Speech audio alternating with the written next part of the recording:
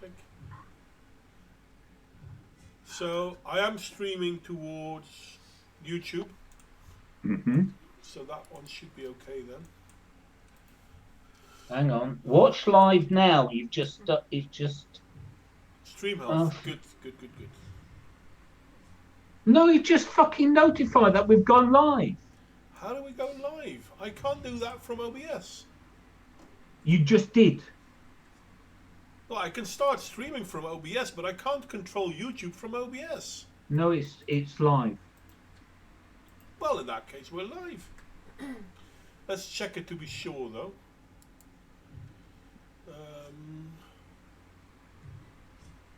You were early. Yeah, we will be. We'll have a long stream then. Agus, can you please go to YouTube for a sec? One moment.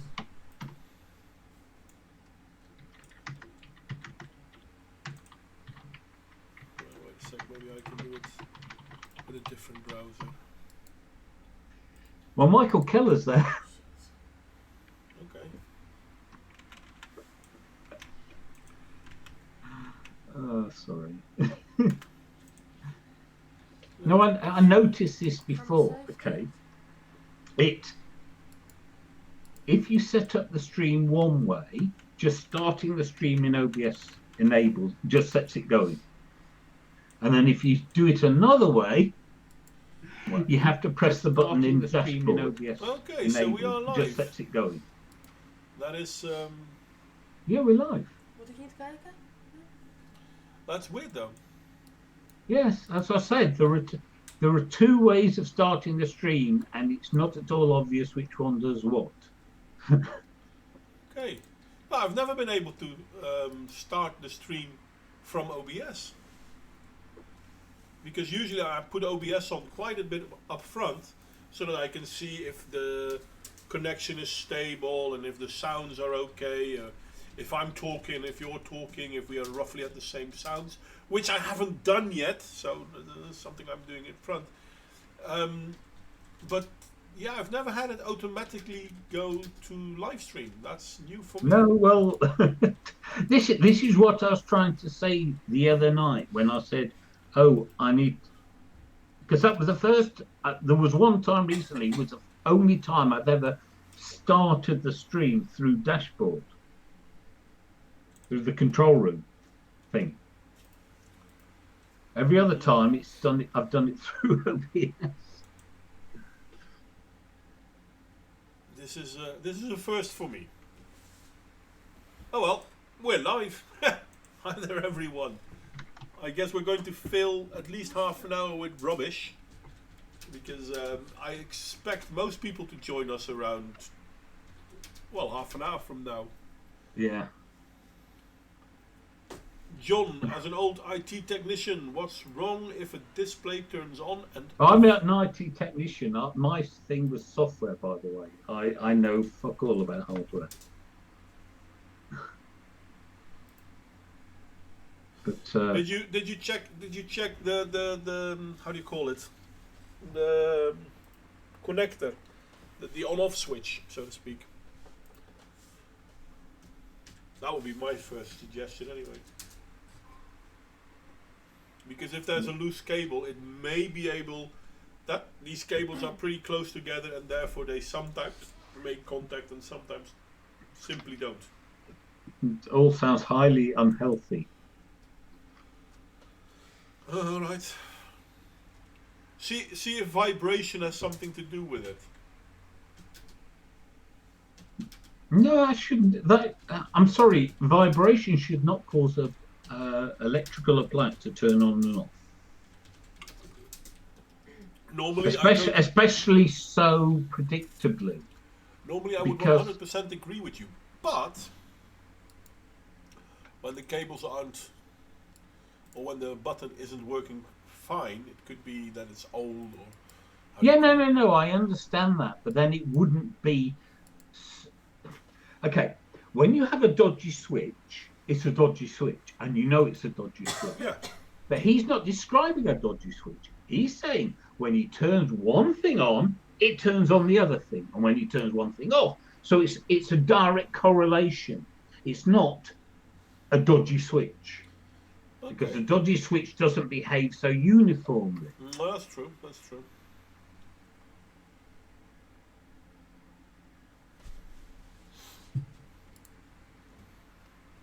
No, I mean, for it to behave uniformly, it means they must be in the same circuit somehow,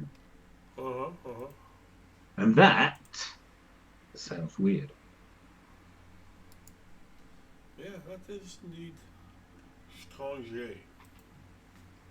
It sounds like someone snuck in and is doing a prank. To be honest, you know what I mean.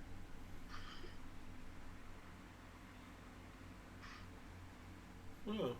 Oh, I mean, it's the sort of thing I wouldn't have a clue how to do, even if I wanted to. Anywho, so now I have to be able to share things. I'm sorry, guys, because I really haven't set up OBS the way I wanted yet. I haven't done anything because John would do this part. John, can you say something, please? Something, please. Yeah, that means that I have to either remove the volume on your end a little bit, or wait a second. See, even this I hadn't done yet. Oh my giddy aunt! So this sounds a little bit harder now, doesn't it? Now Louder. you're a lot louder. Yeah, because the microphone was still half a room away. As I said, I hadn't said anything. Ah! I was pre-streaming everything. I need to turn you down. Everything audio related is okay if just If Model would just stop chewing his mic, yeah. Not chewing. I had to quickly remove my headphones, Michael, because yes. But now John and I on the output we should be roughly equal. No, we were fine, and then you started messing with it. But if I look at the output, then the output now seems to be equal, where a moment ago I was pretty soft compared to you. Oh, Michael, did you watch V's video about the woman in Germany, going back to 2005, who they threatened with losing her benefit because she wouldn't be a prostitute? Now have to wait 30 seconds while he has a chance to reply. And maybe this will help the volume? Or is It's fine, you're just fine. Honestly. No, because Nice volume. a moment ago you were talking about how I was too loud. He says, fuck the voice meter output. Important is what OBS uses, not Yeah, what voice I'm meter looking at says. OBS, that's what I'm saying.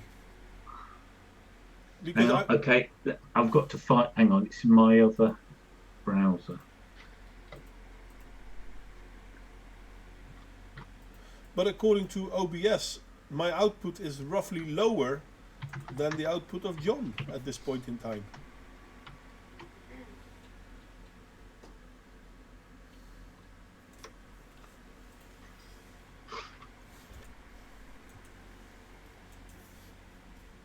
Audio's fine now. Yeah, There I you just go. moved. I moved the Moderating. mic again. If in doubt, touch nothing.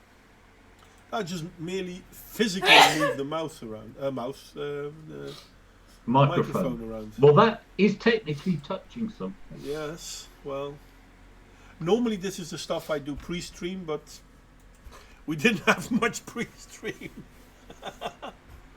Well, that's good because that means all the good stuff we talk about during the pre-stream actually gets displayed. True that. Broadcast even. True that. True that.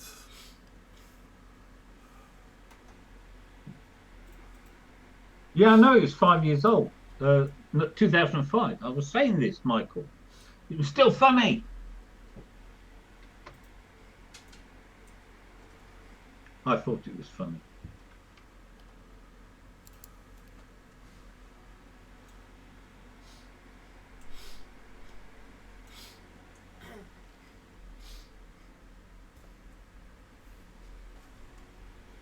Oh, goodness. Yes, I know. It's 14 years, not 5. My brain's frazzled. Saturday night, so I'm going to start drinking. Hi there, Nick. Welcome, mate. Hello, We're Nick's a Radio. little bit earlier than expected. They actually enforced it. No. You give a bureaucrat a rule, they'll enforce it. This is why I hate all rules on principle. Rules suck. Well, I'm willing to believe there can be a good reason for it, but this is definitely one that I disagree with. No. All rules, by definition, are useless.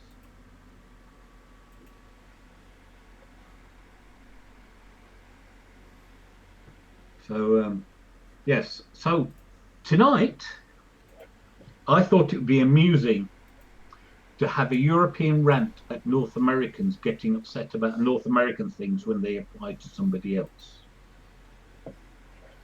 In this case, why the fuck are so many US Americans getting upset at Trudeau, given he's not an American, but a Canadian?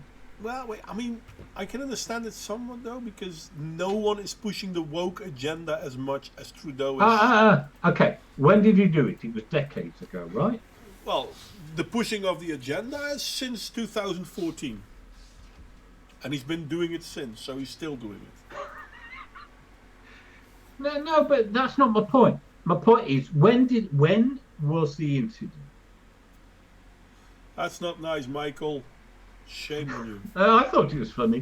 When was the incident? Because apparently they were old, decades ago, right? Mm-hmm. So, Well, I can't remember when the interview was, but the images themselves are old. yeah, thank you. That's what I'm talking about. Yeah. That the offence he committed was decades ago. Okay. Yes. So the first question should be, was it recognised in Canada to be a bad thing when he did it? And if the answer is no, that is the end. The thing is, though, he is one of the people who is advocating in favour of the thing now happening to Oh, him. it's not edgy. Sorry, Nick's Radio. It's not edgy Americans. It's people like Tim Pool getting all butthurt. I bet nothing will happen. Who fucking cares? Seriously, who fucking cares? Now, as I said, I don't think the problem is the fact that he used blackface, because I don't give a fuck about that. I think the real issue is that he is now being hit and being covered by the very same things that he's propagating. Well, no, I mean, to be fair, Trudeau's always been good at the cultural appropriation. Yes, but if anyone else does, he makes a point out of it. Does he? Yes. Does he? Yes.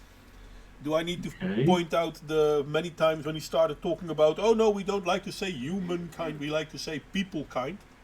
Yeah, well, that was a joke. No, it wasn't. But Don't anyway, think- that's not the same topic. But it is, and yes, It's not. SJWs It's eat their own. related. It's all part of the SJWness. But it is not the wearing of other people's clothing, especially in costume for a costume event. Ah, but the blackface thing is not about costume. It's about the black of the face. No. He was wearing a costume. I for know, a but they party are or not something. upset. And They're- this is my point. John, they are The not question that upset matters. because of the The only- costume. They are upset about the fact that he blackened his face. Yeah. And as I Blackface. said, was it a problem in Canada when he did it? If the answer is no, shut the fuck up. That's what I say to these people. I understand, John, but he himself is one of the people who claims that it's a problem when other people do it. Like I say, has he said that about things like that? Or Yes. only about saying people like people kind? No, also stuff like that. Trudeau is the epitome of a social justice warrior. The only reason why he's had any popularity is because he's a good-looking man, so women liked him, and he's an SJW, so certain youth people liked him. I mean, Yeah. he is. But these are all irrelevant. No, it boils down to the rules for thee, but not for me. No, attitude. it doesn't. Yeah, it does. No, it doesn't. Because that is not what I'm taking issue with. Okay. Okay. You know this whole thing, right? you support the rights universalists. Okay. Okay, and this is one of these things. I object to the application by United States citizens of their standards to other peoples. Okay. So, for instance, Europeans like Sargon and PewDiePie getting called out for saying nigger. Well, guess what? We've got a different history here. Yeah. And this is what I'm talking about. So I don't care that Trudeau has this later history of being woke. The point is at the time he didn't have that history. And you cannot go back and retrospectively apply later standards to an earlier time. Period. John, I totally agree with you that we shouldn't. No, not shouldn't. I will resist any attempt at anyone, and I will not be a hypocrite for Trudeau. I 100% agree with you on that one. Well, the thing is, Trudeau himself is the hypocrite. Well, I'm not saying he's not a hypocrite, but I don't care. But even about this specific topic, and what's so funny, I don't care. And what's so funny about the blackface topic is that if we look at who's been doing blackface in the last, let's say decade, most of the stories that came out were people that are now advocating for woke cancel culture, and but they're it's the not very same people blackface. This is the first point. It is not blackface. Because blackface has a specific meaning. I know. And this is not it. I know. It's not trying to play, how do you call those things? Minstrel? Ah, well, I will bring up the black and white minstrel show of the United Kingdom a little later as one of my examples. Because it's perfect. My point is this: how Americans are is the business of Americans, and I have no reason to interject in their standards. Okay. I think they would be a lot better off in terms of race relations if they could somehow get past it, but that's for them to sort out. But that's not my point. My point is that we're Europeans, and both our countries, yours and mine, are afflicted by these complaints about blackface that are neither blackface nor anyone's fucking business. True that. And this is what I want to talk about. And this is why, as I say, Trudeau is a Canadian, not an American. Didn't have the slaves, as far as I'm aware. Okay? And if it was not a problem at the time he did it, anyone who now retrospectively wants to take offense can go fuck themselves. Okay. Because you cannot apply later standards to previous times. Ever. Well, I agree with you, but if we look at the blackface debate in the United States, that was already raging 10, 15 years ago. Okay, but he's not in the United States. He's a Canadian. I know, but they had the same storyline. The thing that I find so, and I'm not wanting to condemn Trudeau over being a hypocrite, but what I do find funny is the incredible amount of hypocrisy coming from him. Yeah, well, as I say, that is to miss the point, because my point isn't about Trudeau. My point is about us. Mm-hmm. And the way, because all the stories I've got, okay, are about people getting uptight about either innocuous or irrelevant things because of somebody else's standards. Yeah. And it's that which pisses me off. Well, I understand that, and I agree with you. I mean, we shouldn't care at all. And this is my point. It's not. It's like if Trudeau was a United States citizen, fair enough. It's a fair cop, but he's not. That is the point. Sorry. No, I understand. Even if you were a US citizen, I wouldn't care. No, I wouldn't care, but that's not my point. As I say, American standards is for Americans, okay? And as a non-American, it's none of my business. Just Uh-huh. as I think what happens here is none of their business. No, I understand. And that's my point. It's like, it's this internationalization of parochial perspectives. Mm-hmm. Because we have our own histories. And if, you know, somebody doing something in one culture, suddenly it becomes a problem because of another culture. I'm sorry, I don't care. No, I understand. You know, all the time we'll talk about how Muslims aren't allowed to come to the West and then start demanding we abide by their standards. It's only the same thing. Yeah. I'm just saying it's the same thing. That's it.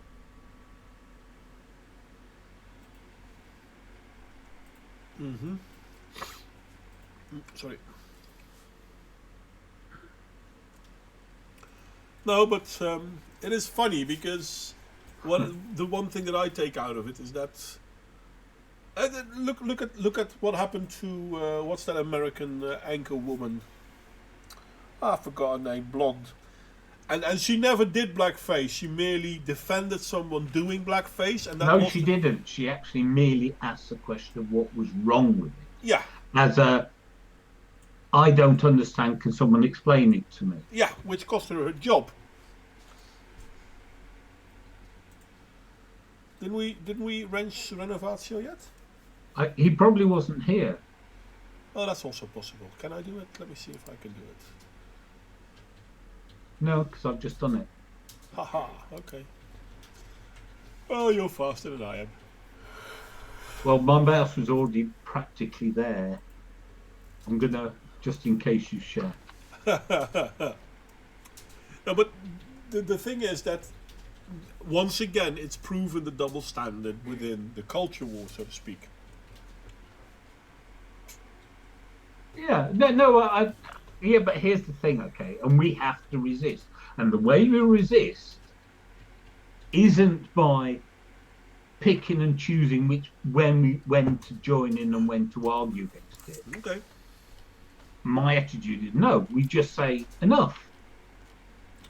I don't care Oh, yeah. what your sensibilities are. We should have said enough 5 years ago. Yeah, no, fine, but you know, you can only start doing something now. You can't start doing something in the past again. True that. This thing about the past, it's like, oh, so I didn't do it correct in the past means I can't start now. Bollocks. Of course I can start now. You can start doing the right thing at any point. No, Michael. If you're all moderators, you can start banning each other and have a flame war. No, don't do that. I hate it when that I'm just happens. saying you could. It's like you said you can't do anything. You can. You can actually ban each other. I'm not suggesting it. Okay. I'm just saying technically it's a possibility. So, if Modwayne would like to do the honours, Which honors? share the screen. Share the screen. Oh, okay. Wait. Because Hang then on. I need to That. share my screen to That. him. Which one is it? It's this one. It's this one. Full screen. So that should no. Oh, for goodness sake! I do have them in here I'll somewhere. wait a moment with sharing. Then shall I? Just a teensy. Right. So I'm going to start with the Lewis bonfire. Okay. Now I'm going to screen share. So there is that one. And then transition. Trouble is, I can't see what I'm. So you should be able to all see it now. Well, eventually. Oh, not that one, you stupid man. And by stupid man, I mean me. Oh, Yeah. stupid man. Obviously. That one. Get there eventually. Lewis Bonfire Festival sparks anger. No, you're sharing. Oh no, I'm sorry. I apologise. I am sharing. Ignore me. Ignore me. I'm just waiting for it to catch up. Right, yes. So, the Sussex seaside town of Lewes, on our bonfire night, which, several hundred-year-old tradition of burning the Pope and other Catholic figures. Nothing wrong with that, obviously. In our bonfire night, our one annual national celebration. Okay, so I'll just read it from you. It's one of Britain's biggest bonfire festivals, and they have an age-old tradition of dressing as, well, I say age-old, can only be 130 years, something like that, as Zulu warriors, okay, which involve dressing in black. This story is from last year, 2018, and it says how there was a boy, aged between 5 or 6, who was blacked up, and that caused campaigners to be shocked. Okay. Yeah, shock and horror. And it says, a picture of the blacked up child has been displayed in a photography shop in the high street in recent days and posted on Facebook, causing anger in the town. Okay. It's always non-specific, isn't it? Some were angered, campaigners. Well, there's plenty Activist group Bonfire Against Racism. The fact that the bonfire itself is to burn Catholics is neither here nor there, obviously. Bonfire Against Racism. That sounds weird, though. To dress a child in total blackface is manipulative, both of the child, the potential or... Okay, now, this story, okay, with all the outrage, and it mentions it here, and I actually have the story from it. Okay, so it mentioned this, the previous year, after the previous bout of outrage, a Yorkshire-based Zulu dance troupe, who were originally from Durban in South Africa, had been invited to join the profession. Oh, hang on, it says it insisted it would not come unless blackface was dropped. Okay, that's what it says, right? This is the actual story from the previous year. Okay. Lewis Bonfire blacking up is not racist, says Zulu performer. Yeah. So this year it goes, the leader insisted it would not come unless blackface was dropped. The previous year, he said he didn't find anything racist in it. Yeah. Hang on. So they can't even get their own story from the previous year straight. No, of course not. Well done, Guardian. But it says here, I like this quote. He said, the costumes and makeup were not derogatory. And makeup, okay? I would be offended by people showing up in a Ku Klux Klan uniform. So far, based on the information I have, I haven't seen anything racist. I was flattered to see there were people trying to look like me, as opposed to saying it is wrong to look like me. Bizarre. Yeah, but that's the thing, though. I mean, reality has nothing to do with it. Streaming the wrong window. I'm doing what? No, you're streaming the wrong window. Am I streaming the wrong window? No, I'm not. I shouldn't be. Oh, wait a sec. There you go. Yes, I was. Sorry, folks, and it's not me. That was my fault. Sorry. It's always his fault because he's... It's not always my fault, but this was. It's always his fault. That's my fault.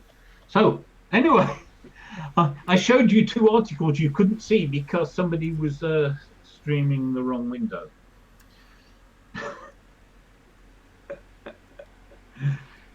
So, yes. So, This is the report from. These articles more than 10 months old. Yes, I know. It's funny, that isn't it? This is from Thursday, the 1st of November 2018, where they announced that the previous year the group from Yorkshire would not go to Lewis. Last year, the leader of a Yorkshire-based Zulu dance troupe, originally from Durban in South Africa, which had been invited to join the procession, insisted it would not come unless blackface was dropped. But when I found their own article from the 30th of November 2017, that is the year before, he says the costumes and makeup were not derogatory, and how he liked. Be offended by showing people showing up in Ku Klux Klan uniforms. Where I have a funny part to show with that one as well, because and to just put it into context, they've been doing this since before the Second World War, so that is at least 80 years. I'm trying to find a good image that's nice and big, because of what we've been told about the Ku Klux Klan. Ah, yes, you are of a decent size, Link. Opening, so I'm going to, I'm going to send the address to you, John. Uh-huh. And then maybe you can decide whether you want to show it or not. Okay, so where are you sharing the in URL? Hangout. In Hangout, because I've got my Hangout thingy open. Well, anyway. the trouble is I can't open Hangouts, or else that happens. Ah, okay. You want me to share if you share it in Discord, share the link in Discord. I can get the link from Discord. I can do that too. That's okay. There you go. So, whoop. You are sharing the whole desktop. Oh, for goodness sake. Well, I'm sharing everything that happens on screen 1. Discord happens on screen 1 too. No, that's not what he's saying. Oh, for fuck's sake.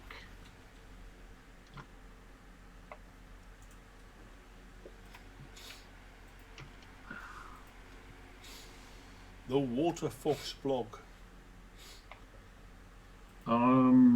Well, just click. I've got a search result. Is that what you were talking about? Yeah. Just click on anyone that's big enough to fill a screen. Preferably white. So you're talking about the Cordoba yes. Catholic parade? Yes. See, I knew that just from the look. Yes, well, I know, but at the same time, it's the look thing that I find so very important.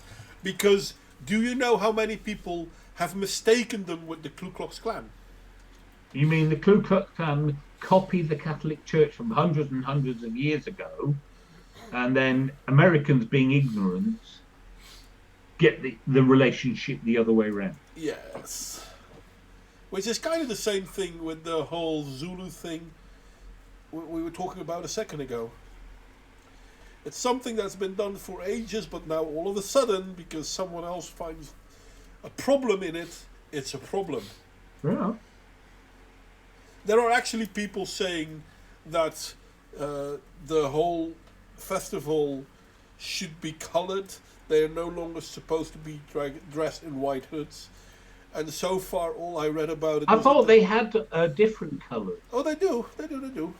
Well, the ones in different colours aren't the problem. It's the ones that are dressed in white that's the problem. Because white isn't the sign of purity. And then being the Catholic Church, you think they might be quite big on that? Yeah, indeed. So they've been told, and so far the reaction always has been, go fuck yourself. In a slightly... No. I'm sorry. I'm sorry, my son, but we cannot oblige. Yeah, it's go fuck yourself in slightly nicer words.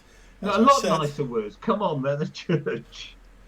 Listen, I mean, they're the church. I really do think they are capable of saying, yeah, no, go fornicate. I don't think in any form of official communication they are likely to use words like go fuck yourself.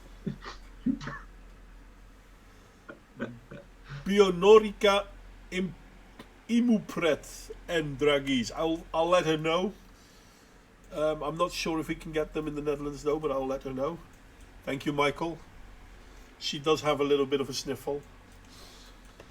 But yeah, no, I mean, you have them in white, you have them in purple, you have them in black. Yeah, I think you even have them in red, but I'm not sure. Oh, they have them in red, yeah. I was not sure if I was now thinking about Star Wars, but...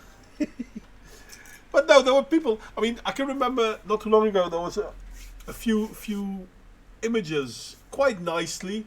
But, well, these are obviously in Spain because of the building you see in the background. Yeah. This is not something you will see in America.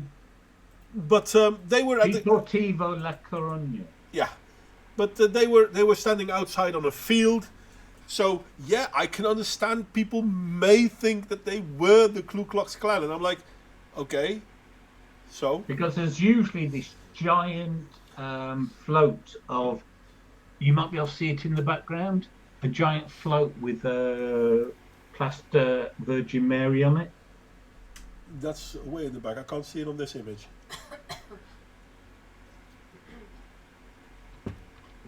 Okay, let's close and that indeed, one. Renovatio, meanwhile, the black-clad burqa wearers walking on the other side of the street are praised by the left. Yes, and there's some black ones there. Yeah, the black ones there as well. Purple. Green. Oh, and somebody's got it blown up and they've got nice legs. Ooh, a Marilyn Monroe version. Okay.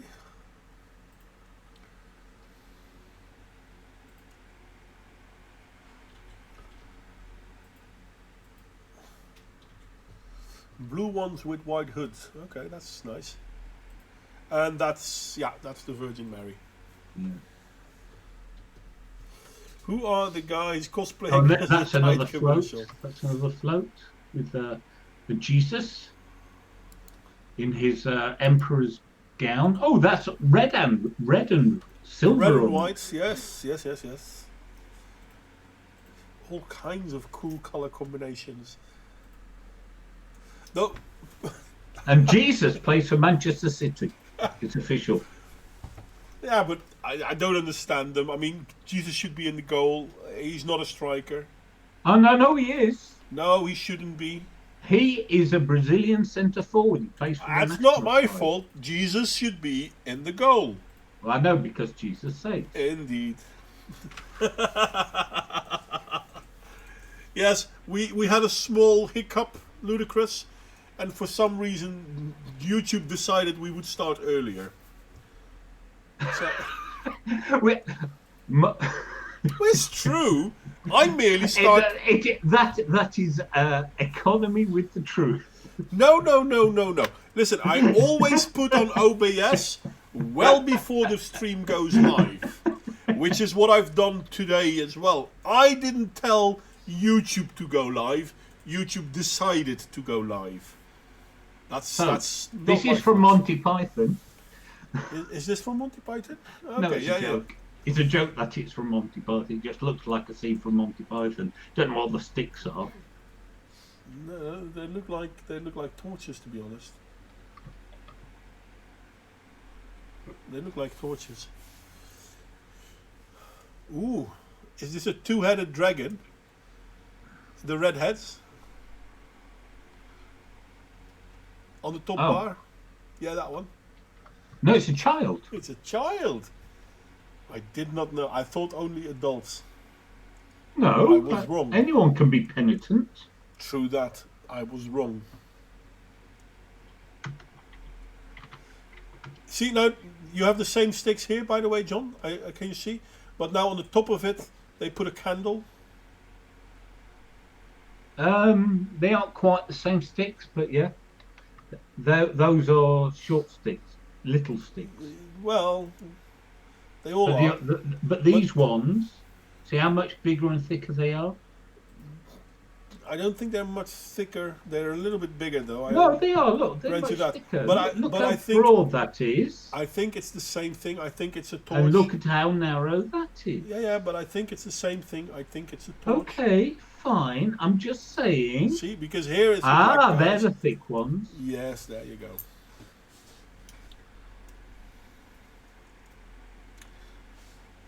But I haven't seen one in complete red though. I've seen red hoods, but I don't seen red hoods with red drapes. No, not drapes. How do you call it? Gowns? Cloak. Cloak? No, it's Oh, not a cloak. you see, they do multicoloured. They do multicolored, white and blue as well. I really. Oh, that looks like a St. George's cross as well. It is. We all know how racist a St. George's cross is. But it is a St. George cross.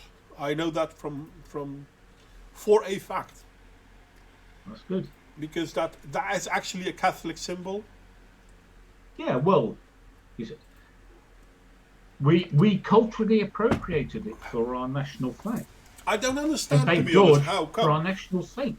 Because, Yes, I know, but I can't understand how it came. but Because, very inclusive. oh, yeah. Okay, Yeah. very inclusive. The Well, English except for the fact that patron the saint white is a stands for the Turk. EDL, apparently. Though a Turk before the Turks, because he came from what's that bit of Anatolia. Yeah, but But the Turks didn't arrive in Anatolia until, was it the 12th century? no, I think it was 13th later. century? I think it's 13th, 14th century. Yeah. Because the So- Byzantine Empire fell in Yeah. the 14th century. So he was more Greek Persian than he was likely to be a Turk. Yeah, he wasn't a Turk.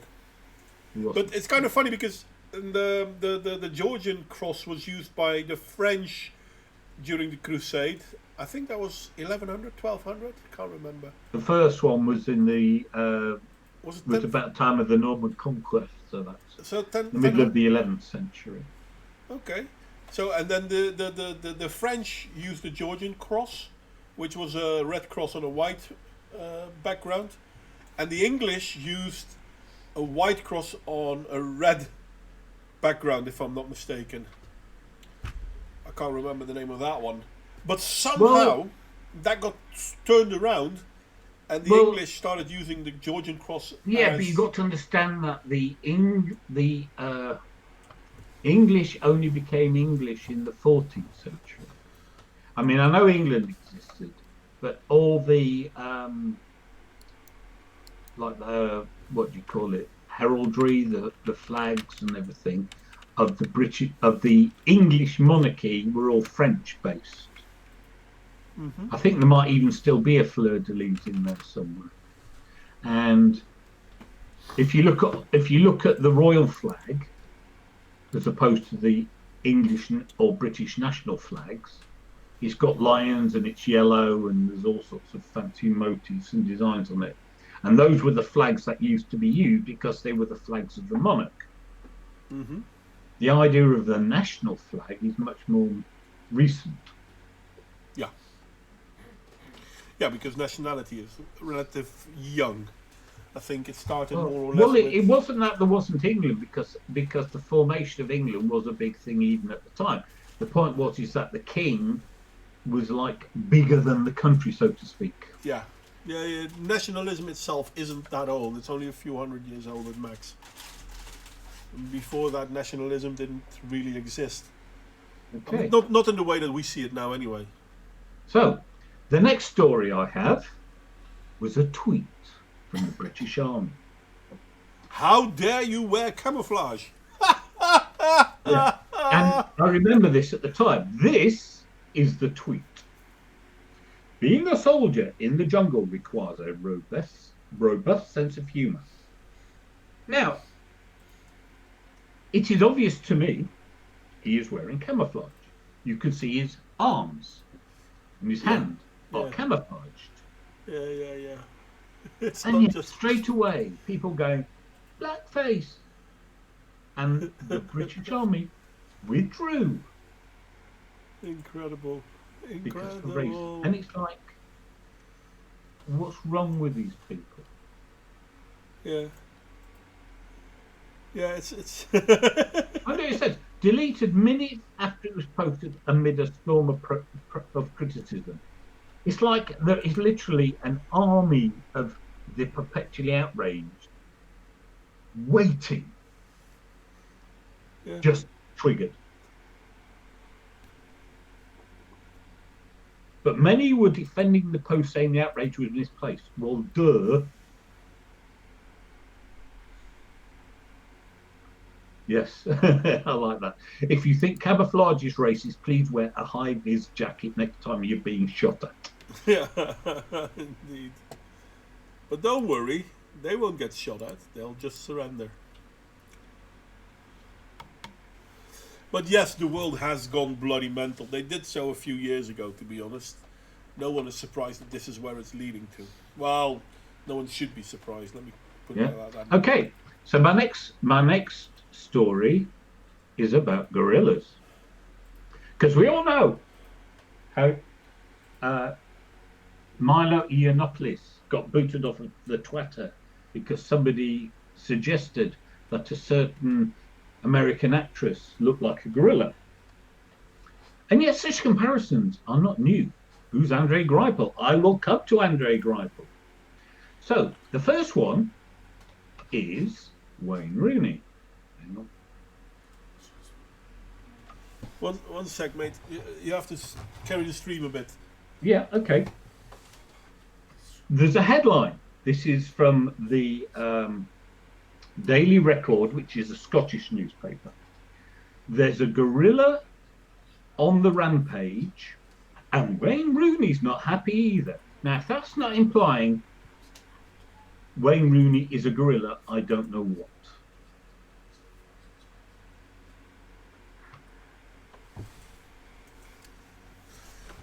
And it says here, where is it? Oh, I can't find where it said it.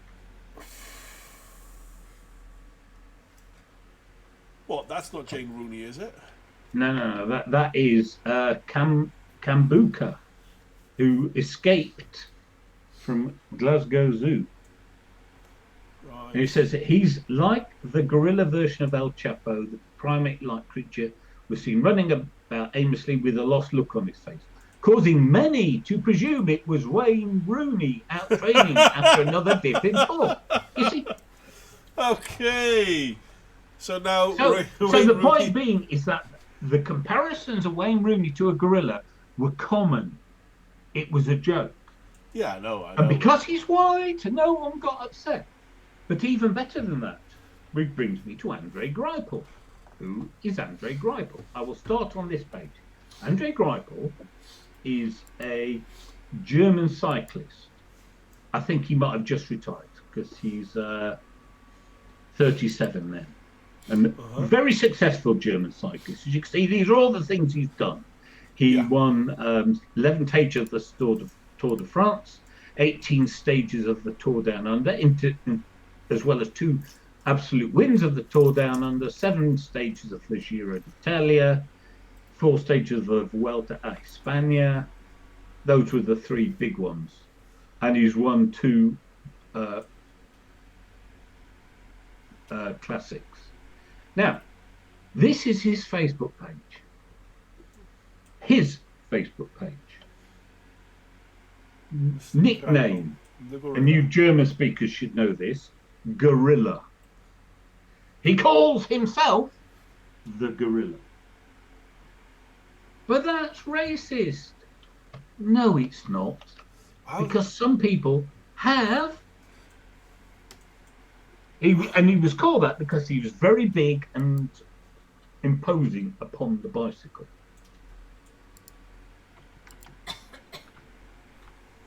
Hey, Real Raven.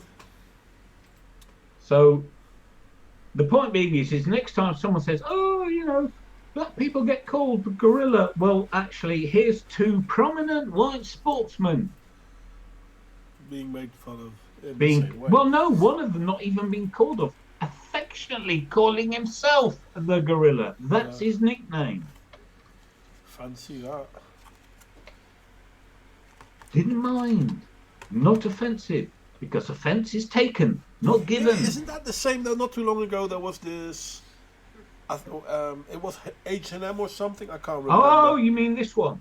The little the little gorilla, the coolest monkey in the monkey jungle. in the jungle. Yeah, As if I don't in fact, call my son my little monkey from time to time. No. Of course, yeah. No, you cheeky monkey is an affectionate term. But here's the best bit. One of these.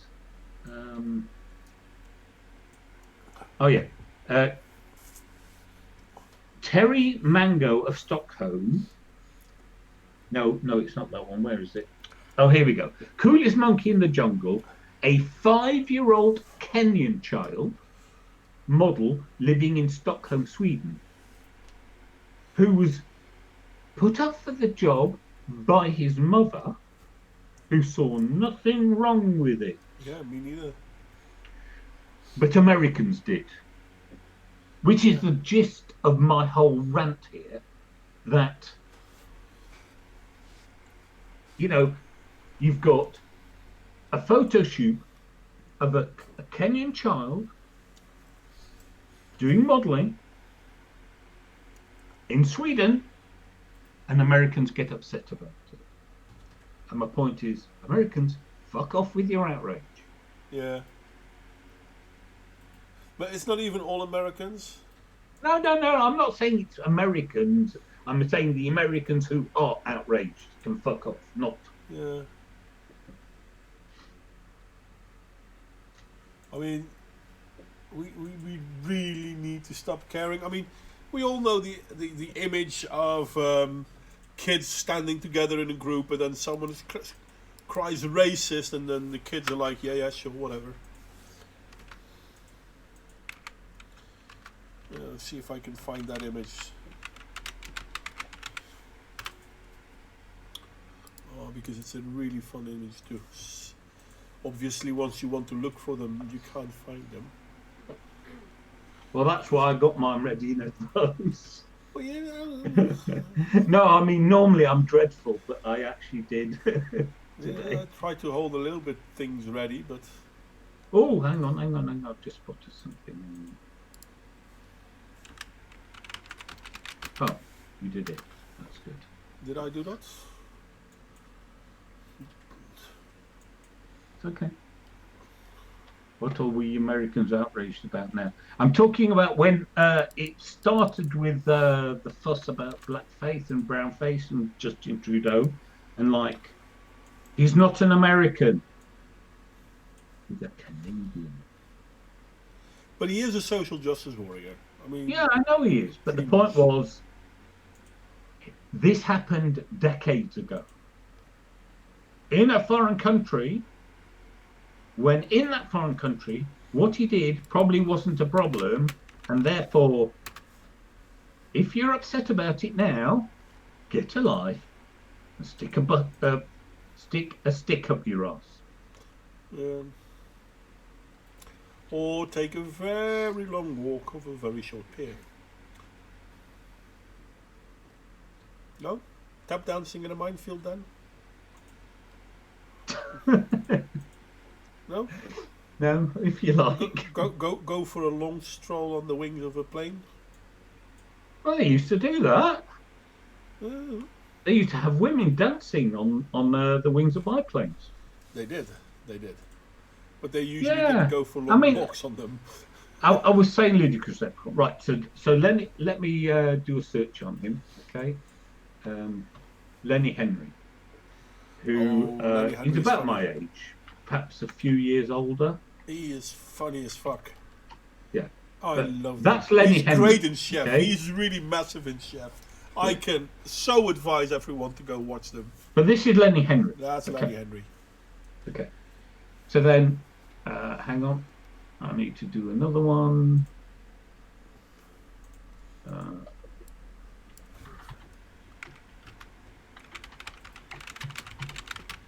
This is David Bellamy. When Lenny Henry first started on television, his primary act was imitating this man, for which he put on a ginger beard because David Bellamy wasn't so old at the time and had a ginger beard and a distinctive way of talking, and it was all very funny. And no one batted a frigging eyelid because it never seemed odd that a black person would imitate a white person when both were British. Well, it's one person imitating another person. The skin colour had nothing to do with it. Exactly. Way back when.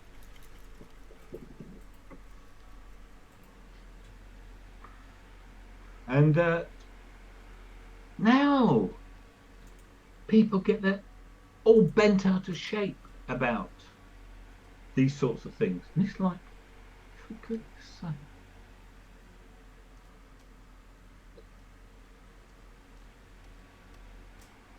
If you've got your own local specific issues of an historical context, that's fine. But don't take it out on the rest of the world who don't have those specific local historical contexts. But the thing is, even America doesn't have those contexts. I mean, they how do you call it, fabricated them massively. Yeah, I mean, but as I say, it is not for me as a non-American to tell the Americans how to do their thing. Because that, after all, is the...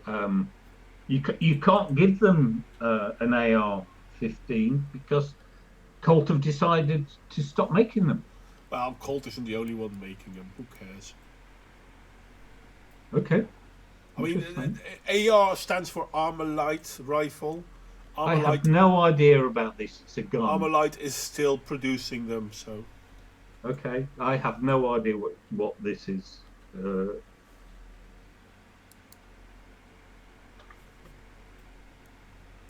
Give every Canadian an ER. Right. And obviously I can't find what I'm looking for. Too bad, really. See, this is why I have stuff like this. I should have stuff like this. Oh, and hang on. Here's another one. I nearly forgot because I said I was going to mention them, and that is the Black and White Minstrel Show. Yes. There we go. The Black and White Minstrel Show. And I will read you from that most reputed of sources, Wikipedia. It is a British light entertainment show which ran for 20 years on BBC primetime television, beginning in 1958, and thus 20 years until 1978. And it says it was a weekly light entertainment and variety show which presented traditional American minstrel and country songs. So, unabashedly based on the American minstrel tradition, not anything different. Yeah. But because we didn't have the same traditions as America, we just took the format and thought, yeah, this is nice. And then someone said, that's racist. Because one does. Because of its use of blackface. But this actually is blackface. This is the definition of blackface. So that is a fair accusation in this particular instance. Because it's not just attempting to look the same colour as somebody else. It was actually a caricatured style. Yeah. But the point is it ran till 1978, and then it says, although they cancelled the television show, they did a stage version for 10 more years, which was followed by tours of Australia and New Zealand. Yeah, because people liked it. But without the historical context,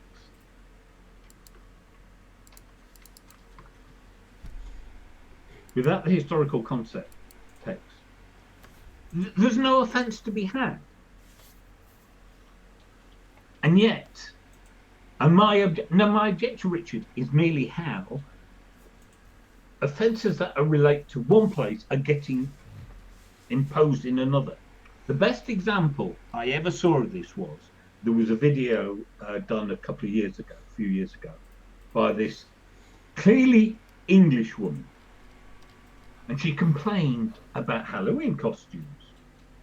And what she complained about was people dressing up as Native Americans. Now, you may not be aware, but there is not really a population of Native Americans in the United Kingdom. Not I would really. say there aren't any. Didn't they take Pocahontas back home with them? No, she's buried a few miles from where I live. So they did take her home with her. Huh? Well, when the English went back to the UK, they took Pocahontas with them. Oh yeah, no, she came over here and lived for a while, and then she died, and she's buried not that far from here. But that's not the point. The point being is, as a living community, there is not a massive number of Native Americans here. Oh. And yet this British woman complained about Halloween costumes, and she'd honestly, literally, just heard what an American has said and copied it verbatim without once it going through her brain going, but that doesn't actually apply to us because we don't have Native Americans. But don't worry, they'll find a reason to be outraged for them. No, but isn't she this literally was saying how offensive it was to Native Americans. And she's British! But isn't this the same with what was the name? There's a black player, a black Australian football player,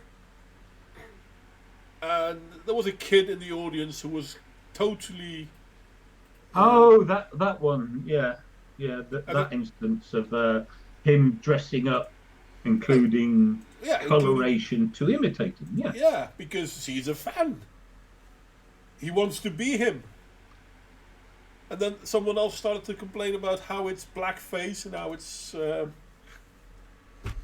mean, we can't say we went too far. We can't say they're overreacting. We've passed that stage a long time ago. The fact that it still happens is. I think infuriating is a good word. Yeah. I can't understand that people are still out there listening to them. Yeah, but we have to be careful. Oh, we don't want to offend anyone. Who's offended? And I'm sorry, offence is taken, not given. No. Yes. Sorry. I get confused. Especially when I'm tired. Yes, offence is taken, not given. Exactly. And the point is, if you're offended, that's your problem, not mine. Well, I always say when people tell me that they take offence, and I'm like, oh, who the hell gave you permission to take anything from me? Give it back. Yeah. And then they don't know how to respond. That's not funny. No, I know. I'm not kidding. Yeah, but you said something. Yeah, I know. So did you. And you took offence. And you took offence. You took something that doesn't belong to you. Yeah, but it doesn't make sense to say it like that. I know it doesn't make sense to say it like that. But it's still true. Yeah. Yeah, but what you said was offensive to me. But it's not yours, it's mine, so shut up. So, are you going to tell them about Black Pete? Am I going to tell them about what? Black Pete. Black Piet, yes, in the Netherlands. Yeah, well, I've shared my British stories. Now it's time for me to let you get a word in. True that. Let me see if I can... I'm going to stop sharing my screen. Okay, wait a sec, because then I have to stop sharing you. I'll click stop. There you go. So, I'm going to... maybe I'll go use this one. In the Netherlands, we have Black Piet. Black Piet is the assistant of Sinterklaas. Who is Sinterklaas? Americans call him Saint Nicholas. But they don't call him Saint Nicholas. They call him Santa Claus because they don't speak English in America anymore. They all speak Spanish. But Irish people still know him as Saint Nick, as do the English that still are interested in it, though most English aren't, because it's a Catholic feast, not a Protestant one. Zwarte Piet, and I'm going to see if I can find a bunch of images, which I can obviously because it's not that hard. Click, click, click, transition. Okay, so this is Black Piet, and you will see loads of different images of people being dressed like Black Piet. Here is an image of Saint Nick with his Black Piet. 5 December is his birthday. The days before that, we always celebrate Saint Nick and his Black Piets. They come to the Netherlands giving gifts, etc., etc., etc. Now, Black Piet is the helper of Saint Nick. He has plenty of helpers, most of them are black. This comes from a story from halfway the 19th century. 1860 something. And there was a writer, and he wrote the story of Black Piet. Now, he was one of the people who was a big mover in the abolition of slavery movement in the Netherlands. And they wanted to create a black character that was important. He wasn't just a simple follower, he was important. That is when Black Piet got started. Black Piet basically was the enforcer of Saint Nick. It doesn't sound that nice because, in all fairness, Black Piet wasn't that nice. He wasn't mean, he wasn't negative, but he was the enforcer of the rules of Saint Nick. But he was always portrayed something like this guy. I don't know, take a random one. Very colourful clothing, feather in his cap, usually big gold earrings like this one. And then there are sort of 16th century, Shakespearean type costume. Yeah. Well, yes, but you could. I was just placing it. That's all right. Just making. No, but I mean, you could still have costumes like this during the industrial age. But then, if you had something like that, you were fucking wealthy. As a style of dress in general use, that was it's from that era. But being dressed like that meant you were wealthy, you were rich. Mm-hmm. So now we have people like this that say stop blackface because fucking hell, we need to complain about something, don't we? Because we are social justice idiots. Mm-hmm. They started a campaign to stop blackface. So these proud, women and men, not a lot of men on this image, start to disrupt the celebrations of Saint Nick, which usually is a feast for children. Okay, this is not a good. I'm hoping to find something. Ah, yes, here we have one. You can see them here, and you see loads of children on the side, because this is a celebration for the children. Now imagine that this is going on, and then there's a small group of people shouting, "Oh, Black Piet is bad! Black Piet is racism!" And I'm like, seriously, you don't know the original story of Black Piet, which is proof that it's not racism. Saint Nick is based on a holy man of the Catholic Church that actually was against slavery within the Catholic Church. We know this because he voted against it in the Council of Nicaea in the year 300. Saint Nick is based on a real person. Now, Black Piet obviously isn't based on a real person, but the idea of Black Piet could be anyone. Look at the clothing he's wearing. I mean, he's wearing expensive clothing, he has golden earrings, and still they consider him slaves. So, the social justice idiots are then pushing like, okay, then we need different colored Piets. So we can have a Black Piet, but we can also have a blue Piet. And I'm like, she doesn't look like a Piet at all. Well, now, And she's got horrible pink hair.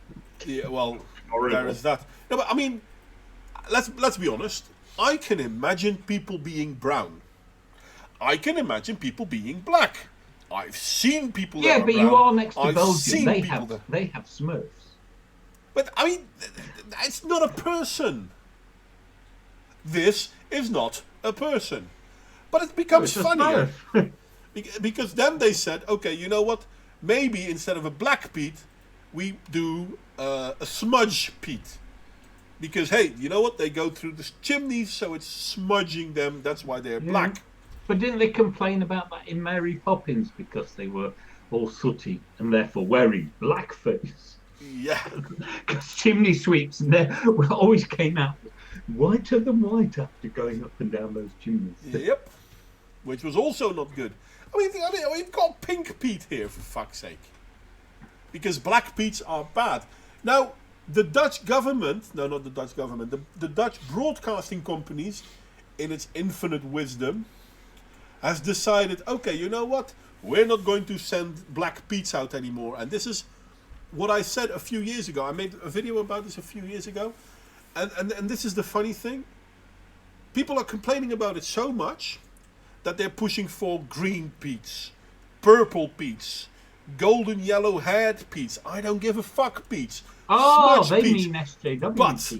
well, But that anything wouldn't work because anything. SJWs No, don't know how to work. wait, John. This is a very important point. This is a very important point. Anything but a black Piet. Yeah, How long do you because they're think? racist. How long do you think it'll take them to start crying that they want black Piets as well because it's racist that a Piet can't be black anymore? Yeah, well, they're racist to start with, so you know. But the whole thing is, the whole character was supposed to be an emancipation character. Yeah. Of the Look, emancipation of the facts, black man. History, reality, none of these things matter. But in the end, they're now so much advocating against it that certain companies have indeed said, okay, you know what, we'll not do black Piet anymore. So we can have a Chinese Piet, we can have a Turkish Piet, all of them, but we can't have a black Piet anymore. How long do you think it'll be before they start crying racism? Yeah, I know, because of that? I heard, I'm saying, but they're all racist to start with, because... Yeah. Oh, this is something funny. Because people know that Suriname is mostly a black character, right? A country.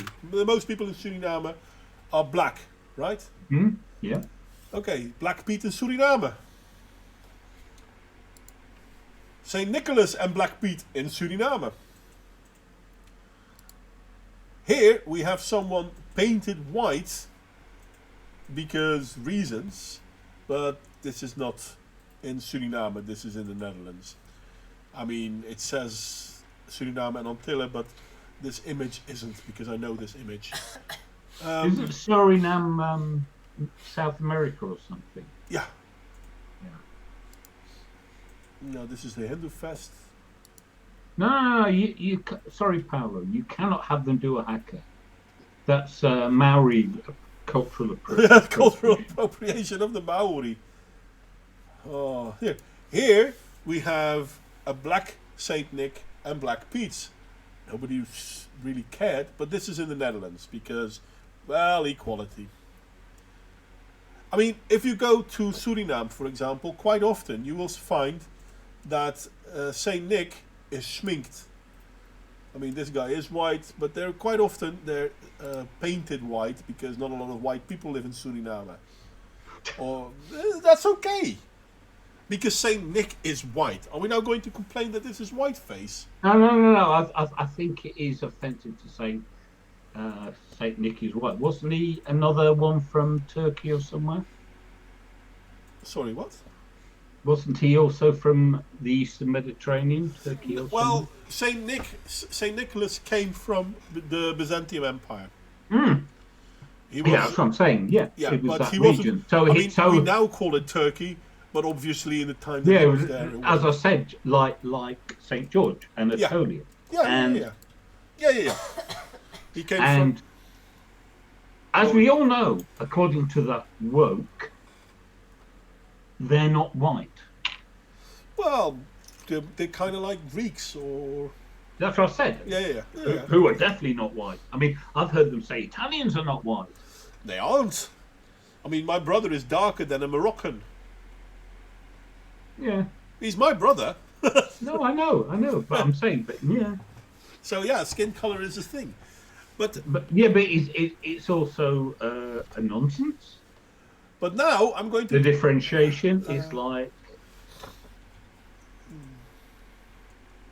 When I was at school, we were taught that there were 3 basic cultural groups in Europe, and I've since heard that this isn't entirely accurate, but I can only go by what I was actually taught in school.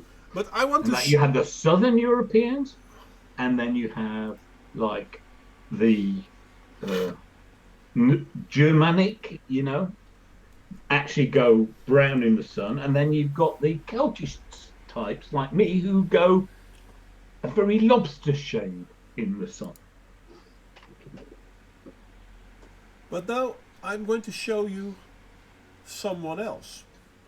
Someone else that in the Western world no one is talking about. Why is no one talking about it? Because this is a character from Iran, from what we call Iran, Iraq, that area, the Persian area. And his name is Haji Firuz. This is Haj Firuz. He is literally the slave of this guy. The white guy is kind of like Father Time sort of character. I don't know much about him. And Haj Firuz is his slave. They go and celebrate their Iranian version where they come and bring gifts. But you don't hear anyone in the West talking about the blackface of Haj Firuz. Well, no, because they only hate our culture. But a Haji literally means slave. But as I say, it's because they only hate our culture. It's brilliant, isn't it? Which is all the more reason for telling them to go stick it where the sun don't shine. And it's another funny thing. What's the name of the gollywog? I think You it's mean golly? Gollywog was the name. Yeah. No, but here's the best part. Okay, so because I did a little research into this. Okay, so the gollywog was a soft toy in the early part of the 20th century. Okay, it was the second most popular children's soft toy in the United Kingdom after the teddy bear. Yeah.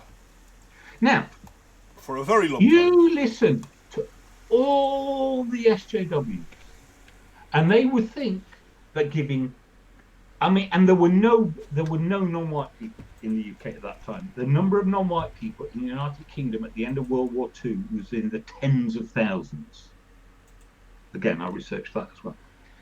So it's a white population were given a black doll, and they loved it.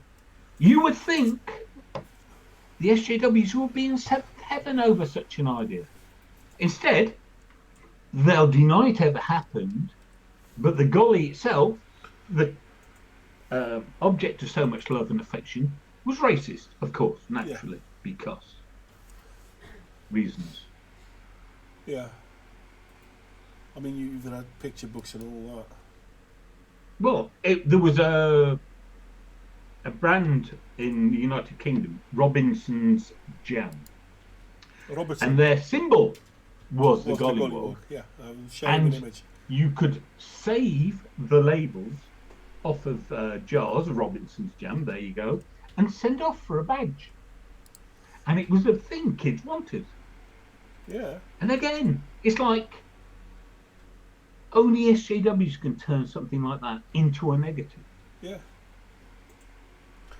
Though there are people who say that the gollywog is not based on African but Indian black people. So Well, maybe that's why it's racist. no, I mean it would. I mean, essentially, the word "wog" is the British equivalent of nigger. We didn't have nigger as a term over here when I was growing up. It was wog, and so it had a connotation of offensiveness about it, but nowhere near because we haven't got the same history. So it wasn't in any way the same. In fact, there's a Stranglers song off the second album, No More Heroes, called "I Feel Like a Wog." Yeah, because it wasn't just a skin tone thing. Yeah, it was a bit of an. It was by then, which was the mid-70s. It was a bit of an offensive term, Yeah. but not comparable. I say it's a British version, but it was only insofar as it was used for black people, as opposed to other terms for other groups.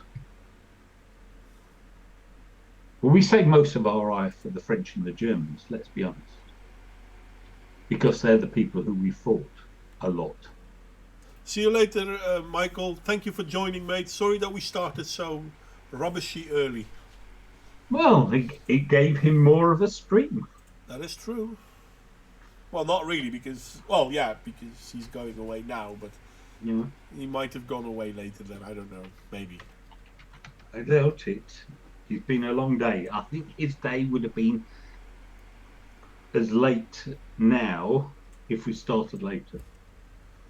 I like that one. I like that golly, the one on the bottom right. Yeah, that one. But that's not a gollywog, is it? Can be. Can be, if you like. Humbly. She's repeated on the bottom left as well. I'm not quite sure who she is. But I'm going to say she doesn't have... She has a lot of European influences when I'm looking at that face.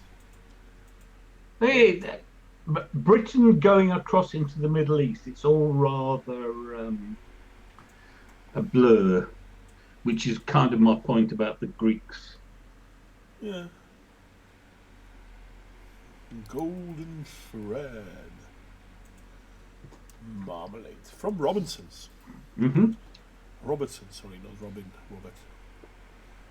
But yeah, the Gollywog is an interesting character. And I think not too long ago I read an article about a man who actually collects them, and he was talking about making a museum, and then he was advised against it. Because that's racist. Yeah. Like, fucking And the hell. answer is no, it's history. I mean, it's history.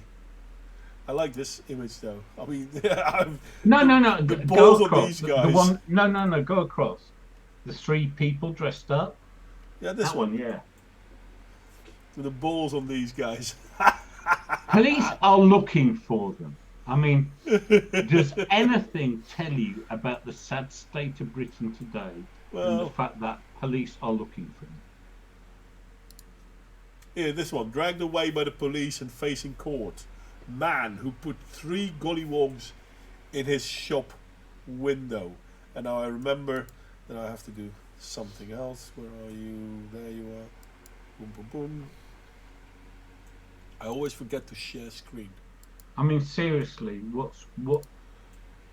I can only apologise to the world Yeah. for the state of modern Britain because it is lamentably bad. And Utterly. But this is what we constantly see, and this is how feminists got into power, how the social justice warriors got into power. One person complains, and everyone bends backwards to oh yeah, no, this is so bad. Oh yeah, we have to find out who did this to you. Oh, blah blah blah. Can we stop this? One person complains, tell that one person to grow a thicker skin. Yeah, but it's racist. Yeah, so what? Robinson's mincemeat. How Mhm. brilliant was that? Mincemeat. It's a funny term that because it's not meat. It's what you put in a mince pie. It's a selection of currants and sultanas and other sweetnesses. Yeah, because it's mince meat, not minced meat. Yeah, we actually spell them both the same. I thought you spelled minced with a D at the No, end. no. You spell mince. Is just mince, M-I-N-C-E, and that is meat. But mince meat isn't meat. Okay. Yeah, minced pies actually have real meat. True that. But I thought it was minced pie with a D at the end. My bad. Gollywooks racists. Behind the news. No, of course they're not. For fuck's sake. How could... seriously though, it's a doll. You give to your children to love. Yeah, but it's racist. I mean, which race is the Gollywog then? I'm curious. Well, but they look like black people. Okay, can you show me one black person? No, that they looks look like Al that? Jolson. Yeah. Really? Yeah, just scroll down a little bit. You mean this one? I'm not. Because you're not sharing, This so I'm one. behind again. Yeah, you are. I am sharing. No, you're sharing with the stream. Right, whoa. No, I'm sharing with Hangouts as well. No, I can't see it on the Hangouts as well. Oh, the stupid man. Yes, that one. Yes, that one. But even this doesn't look like a Gollywog. No, it's Al Jolson. Yeah. That is your blackface. That is the minstrel. Yeah. And then there were minstrels that were negative, and there were minstrels that were positive. Guess what? There are actors that play positive roles, and there are actors that play negative roles. Seriously. But it's almost as if, this is so funny, because equal representation is only good if that equal representation is in a positive way. Because if it's in a negative way, it's racism, or it's something ist or something obic. But there's nothing negative about the depiction of the Gollywog. That was our point. True that. As I say, they were a soft dog given to children. And yeah, if something is a target of derision or hatred, you do not give representations of them to your children to love. No, indeed.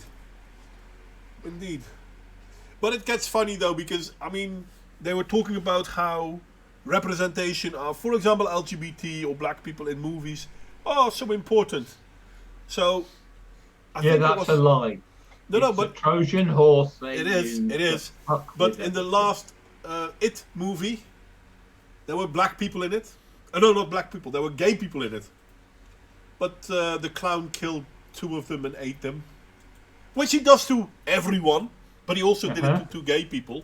So all of a sudden the game is homophobic. Sorry, not the game. The movie is homophobic. I'm like, he kills lots of people, eats them, but he does this to 2 gay people as well. So you're treating the gay people the same as everybody else, and that's suddenly racist. Yeah. Where have I heard that kind of argument before? And treating women like men is sexist. But not treating women like men is also sexist. And if you don't understand what you need to do now, that's your problem. Amazing, isn't it? Just remember, in any situation, from any perspective, they can find a way to say it's oppressive to women. Oh, yeah. I mean, there's a line in The Red Pill about the guy who's being attacked by his wife, and he calls the police, and they drag him away, and he says, but she's attacking me, and they're going, no, these are our instructions. If she so much as breaks a nail hitting you, you get arrested. You're fucked. And it's like, that just about sums it all up. That's equality, according to feminists. Yep. Don't ask, and they won't tell. It's amazing that we come to this, but we've come to this in so many different forms, and it's upsetting that this is the norm, but somehow we haven't been able to figure out what we can do against it. We have, it's just not enough people have been able to figure it out. Well, yeah, true that. And thus the purpose of this stream, to have a about the upset at other cultures.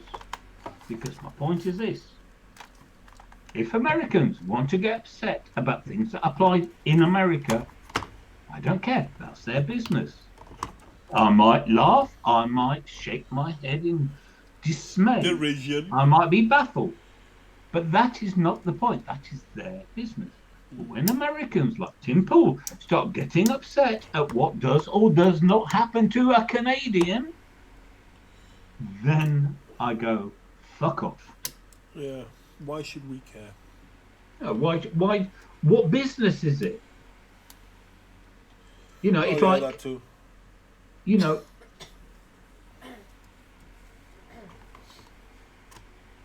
this, you know, it's funny how, and this is my point, it's funny how the separation and identification is so malleable. It's like 1 minute, oh no, you're not an American, we're Americans and we're best. Or no, this isn't just an American point, I'm just using this example. And then the next minute it's, oh, we're going to judge you by our standards. Well, hang on, which is it? Are they American or not American? Or British or German or, Yeah. And dare I say it, Dutch? The point being is, the why is you also know, something I find clarity and consistency is what's important. is what they don't have. You mean? Well, no, I'm saying that's the thing that to me is important, the clarity and the consistency. Mm-hmm. It's like, you know, all this, oh, I'm offended. Well, you're not. You're in a foreign country. Go away. Don't care. Yeah. But that's basically what I started on as well. I'm offended. That's you're taking offense to something of mine. Hence, you're taking something of mine. I never gave you permission to take something of mine. Give it back. Yeah, but that's not what we meant. I don't care what you meant. It's not about you. It's about me. If you can make it about you, I can make it about me. Yeah.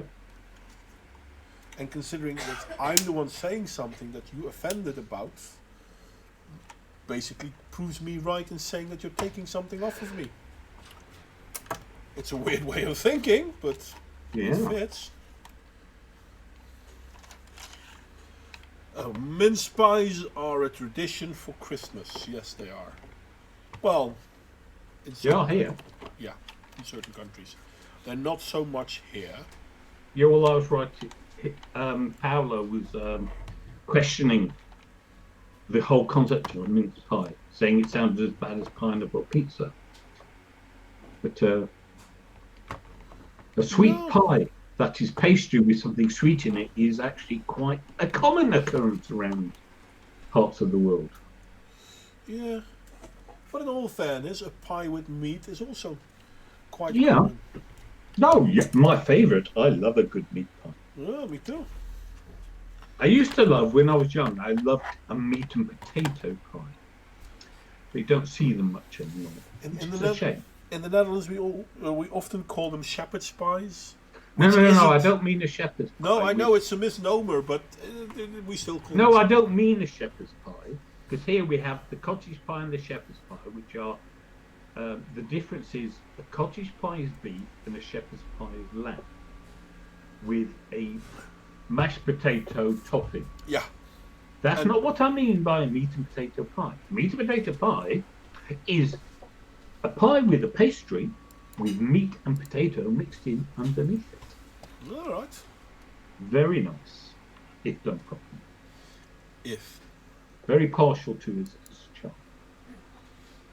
Say you can't get them anymore, but they're very nice. Okay. What's going on here then? No, I think what Paolo, I think what he was saying is before they put the fruit in, it was a meat pie, and thus mince, and they replaced the meat with the fruit. I think that's what he was saying. Maybe. I could be wrong. I have to admit though, I don't really like it with fruit. No, but I'm saying, but the mince pie, I actually do like a mince pie. Or 3. But the homemade ones are the best. They had both at one stage. My bad, ludicrous. Is that an Irish thing? I'm hoping it's an Irish thing. What's an Irish thing? They have the meat and the fruit at the same time. That doesn't sound like a good idea, to be honest. Yeah, that's what Paolo was saying. That's what I was questioning if that's what Ludicrous was saying. But Ludicrous has confirmed me that is what he was saying, and I'm hoping that's an Irish thing because it doesn't sound. I mean, I can barely stand Hawaii, which I only like because there's not a lot of meat on it, and not a lot of fruit on it, and the fruit is only pineapple. Really? Or you just buy cheap pizzas? Well, in that case, I made a good choice. Personally, having had pizza tonight, and Modway knows what kind of pizza I like. Prosciutto cotto, ricotta, and porcini.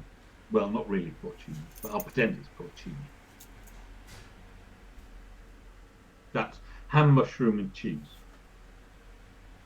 But not just ham, not just mushroom, and not just cheese.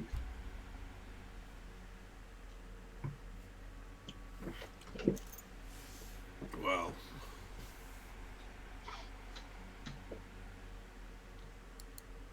But now,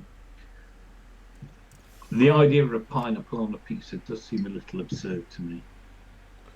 well, I have no problem with it as long as I like the balance that. Well, maybe it's because it's a cheap pizza that I don't know. But Yeah, I as like I the said, balance. cheap pizza. That's the lack of meat. But no, I've had pizza with an egg on it. Yeah, you can have. Yeah. Yeah, which was a bit odd the first time I ever had a pizza with an egg on it. Well, that's the thing because people seem to have forgotten what a pizza really is. Well, if you go to Italy, you will actually find that a pizza, they have many, many manifestations True of a that. pizza. True that. They have big ones in big tins, they have little ones, they have round ones, they have square ones, they have rectangular ones, they have thin crust, thick crust. All true. All true. Many, many types of pizza. But the pizza itself basically was a bread plate where you ate from. And ironically, the Cornish had a very, very similar dish. Oh, this is not something that only the Italians did. My brother at Christmas, he always made soup in a bread bowl. Yeah. And this I can't remember where it came from, but this was an actual dish. And you eat the soup and then you eat the bread. You don't eat the bread before you eat the soup, obviously, because then the soup will go everywhere. That's funny. But it's really a good dish. But people used to do stuff like that because people didn't always have deep plates for soup, for example. And certain soups are quite filling. I mean, soups weren't only meant to be, oh, this is cheap food. Oh, we make water, a bit of flour, and a bit of plants, and a bit of meat, and boom, boom, you have a soup. No, actually, there's far more to it. And you can have rich soups as well. Chunky soups, indeed. But that's how much you drink, Ludicrous. But not everyone had bowls to eat them from. So you could make bread bowls, and then you eat the soup, and then you eat the bread, and you had a full meal. And let's be honest, it saves on the washing up. Well, that too. Maybe that's the reason why he used to do that. I don't know. But yeah. Hey, considering we started an hour earlier, should we also stop an hour earlier, or? We didn't start an hour earlier. We started 35 minutes earlier. We've been going 98 minutes. I know this because that's what my browser tells me. Well, fair enough. Though we have lost 3 viewers. I haven't a clue. I'm not asking, I'm telling. Well, we've got eight viewers watching now? That's what it says. Yes, that's what it says. And at We the had high 11 point, at one point. yes, we were popular. I don't know who some of Ish. them were. We had 12 apparently.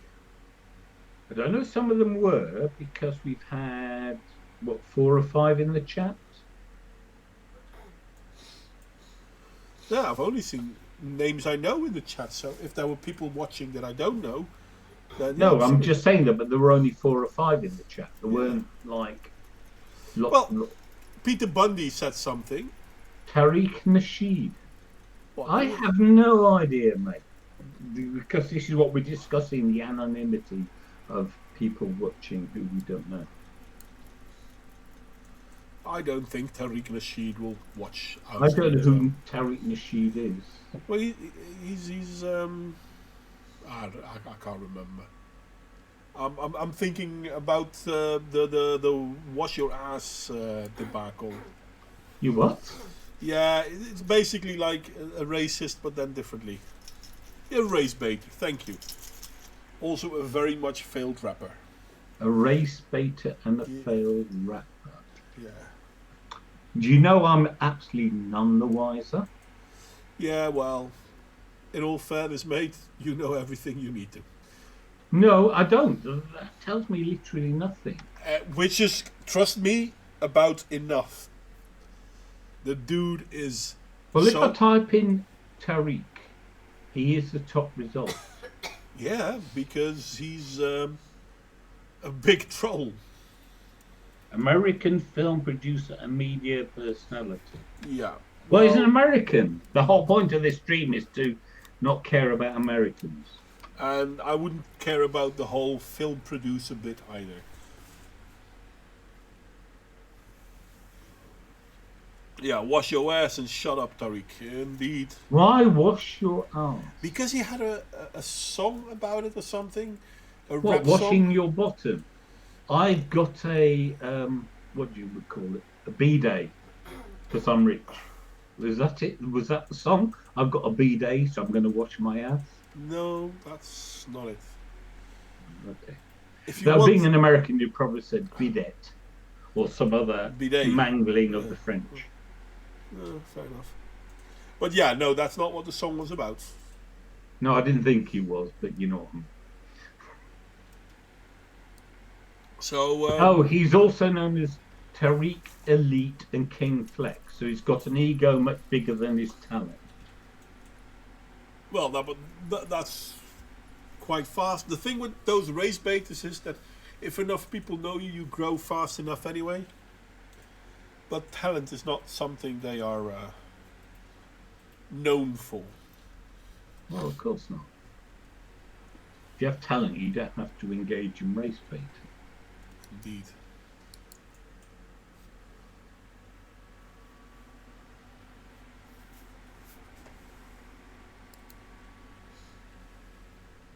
No, I am often very proud of who I don't know about.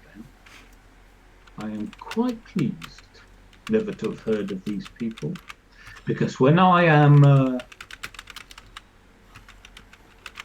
you don't have a lot of B-days in the United States. Well, you should get some, Richard. Be cultured. Very nice.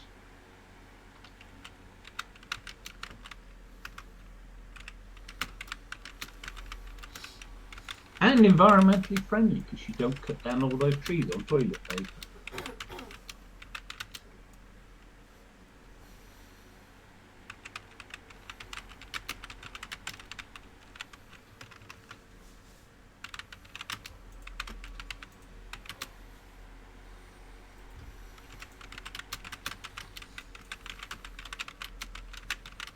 Sorry, I'm just talking to someone. Clacking. You're clacking.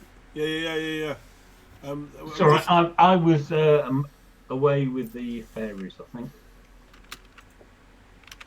After Richard Bayer shocked me, I tell you, shocked, that America does not have a lot of B-days. They have all these wonderful houses with so many facilities, and yet something useful like that? No. Because to be quite honest, don't blame you. What? Why would I blame you, Ludicrous? Or did I say something and you are taking the pee out of me? Which is fine. I just would like to know what it was.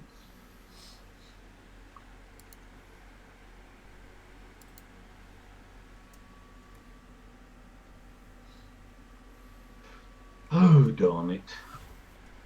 You were the way with the fairies. Yeah, you're a leprechaun, not a fairy. Even I can tell the difference between my pomos.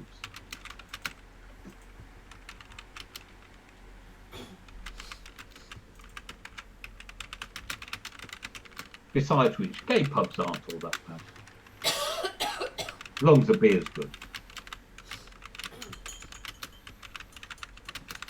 It's the only thing that counts, really, for beer. In a pub, that is.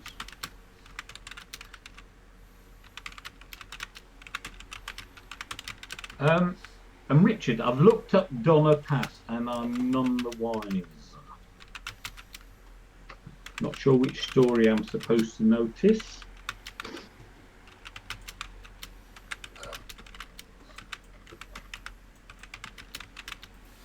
It's funny because when you say Donna in the United Kingdom, it means a particularly cheap kind of kebab.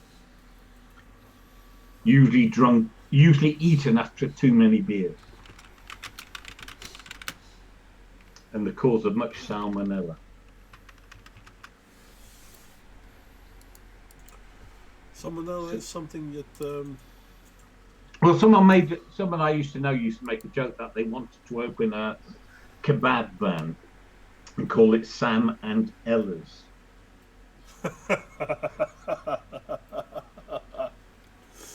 Oh, that's. Yeah, it was very good joke name. Yeah, somewhat reminiscent of Curl Up and Die. Yeah. Except for Sam and Ella are both British names, so that actually works. Yeah. As I said, Curl Up and Die is also completely acceptable. Is it? Yeah. Okay. For a hairdresser. Yeah, I know the die, but curl up? Yeah. Curl Is up. that a name? Yeah, to make curls. Curl up your hair. Oh, sorry. So, curl up. It's okay. and Sorry, die. I was thinking along the wrong lines. My bad. Wait, that's the whole idea of the name. No. I know. I'm saying my mind was on one track, and you said something on a different track, and my mind wasn't there, for which I apologise. I was on the wrong track. Uh-huh. You said you were away with the fairies. Okay. I did. Those were my words. Is that correct? Therefore, the fixture gained a negative reputation associated with prostitution. Oh, okay. Well, I can understand bidets being in brothels. Makes somewhat sense. It does, though, doesn't it? I mean, Negative reputation associated with prostitution. Is it? Am I reading that correctly? well, I mean, if a bidet is something you normally only find No, in it says brothels, negative with prostitution. Surely the Americans going to the French brothels returned with a positive right? association. It was probably the only R&R they got. Because of course Americans aren't how do you call that? Frigid at all when it comes to sexuality. Oh, I'm just saying, but you know, you don't go abroad, you use brothels and then come back and say, oh, I only saw these in brothels, because you don't mention the fact that you were in a brothel in the first place. Fair point. Just You saying. wouldn't. Yeah, you wouldn't. You wouldn't? But if you then have one as a man, and you know other men that were a broth, then they know where you got it from. So Can I suggest something really outlandish? American high society managed to find out about the B-Day separately from American servicemen going to fight in World War One. I know it is a shocking thought that Americans might look abroad and go, "Ooh, that's a good idea," but it happened. yeah, well, they only do that if they can say, "Ooh, that's a good idea. Let's claim it." No, Yeah, it is. I mean, try to find a handful of Americans who will recognize that the automatic transmission in a car isn't an American invention. Or even the car itself. Or even the car itself. Or the pizza. Or the CD Light player. bulb, television. We could go on with this, can't we? We can, rather a long time. So, if they can't claim it's theirs, they don't care about it. No. And if they then also can find out a reason why they would call it a negative thing, yeah, your goose is cooked. Well, goose can be quite nice. It used to be the traditional Christmas fair in the United Kingdom before the turkey came along. It's a long time. You know, back in Dickens' day, it was a goose. A long time since I ate goose. And thus, your goose was cooked. Yes. Being an expression. Mm-hmm. Which was a good thing. It's kind of like how your bed was made. Sorry, Richard Bayer has just explained to me about the story. Yeah, or there could be an Argentinian crashed airline. Yeah, that story too. Yeah. About a bunch of football players that had to eat their fallen comrades to survive. Rugby players. Well, football players are far too cultured, but rugby players you can believe anything. I think they were footy players, but I can't. No, they were rugby players. I can't. In all fairness, it's no, they were rugby players. I'll take your word on it. I'll not doubt you. The Argentinians, thanks to the Welsh, play rugby.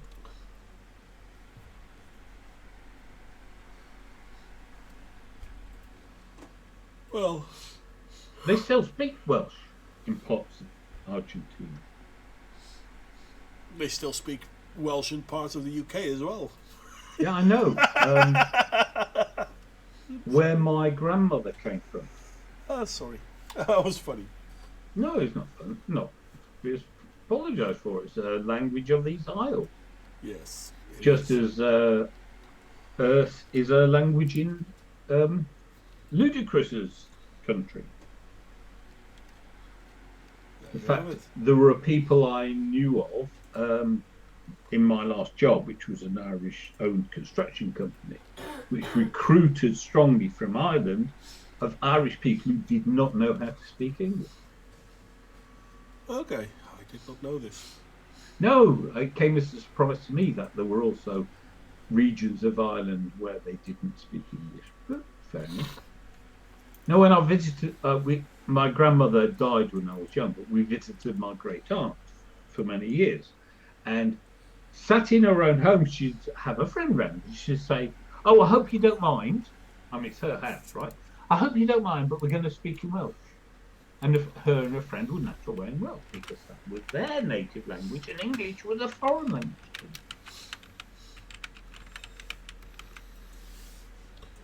So I am more than familiar with people who speak Welsh, not English, in Wales.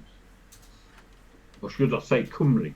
Because Wales is actually an English term, which technically is supposed to be offensive to the Welsh, even though they call themselves it in the English-speaking part. I am sorry, though, because I have to have a fast bio break. I tried to manage... Just for a change. Just for a change. It isn't halfway through the stream. It's near to the end. I'll be right back. I think I've seen the Guard, Ludicrous, or half seen the Guard.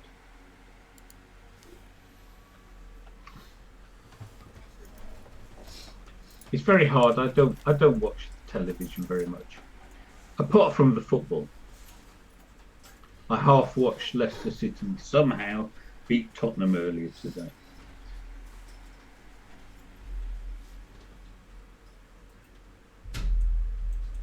Yeah, well, and why not?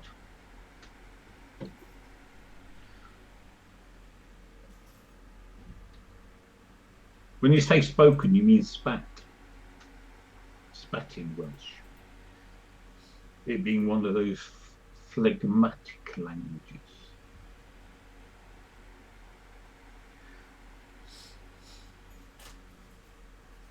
I said North Wales, from where my part of my family hail, is a most beautiful part of the world. And I'm very fond of it, which is also why I call myself a mongrel, because most of me comes from Yorkshire, but a bit of me comes from Wales, and therefore these two distinct genetic groups, totally unmixed historically.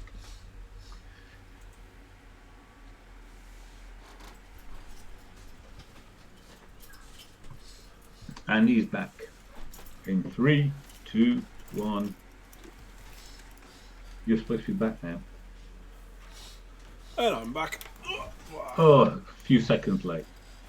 We heard you approach, and I tried to count you back in. All right.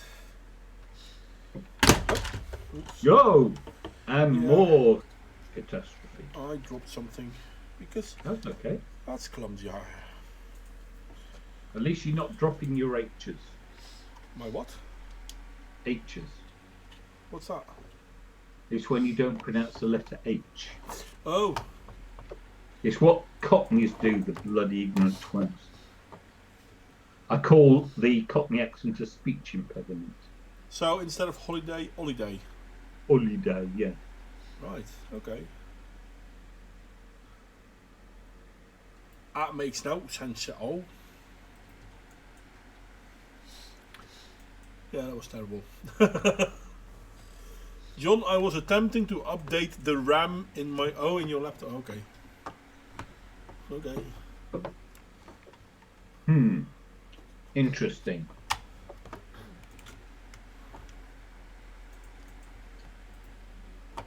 I'm just trying to think. I have updated a laptop once. Generally, I leave them untouched. That's why I like my desktop. Yeah, same here. I kind of not bother with laptops. Actually designed for upgrading. In fact, when I bought this computer, the one I'm using now, I bought it with lots of bits missing because I already had the bits. And so at the moment I'm running with 3 hard drives, 2 of which come from my old computer and work jolly well, thank you very much. Yeah, why not?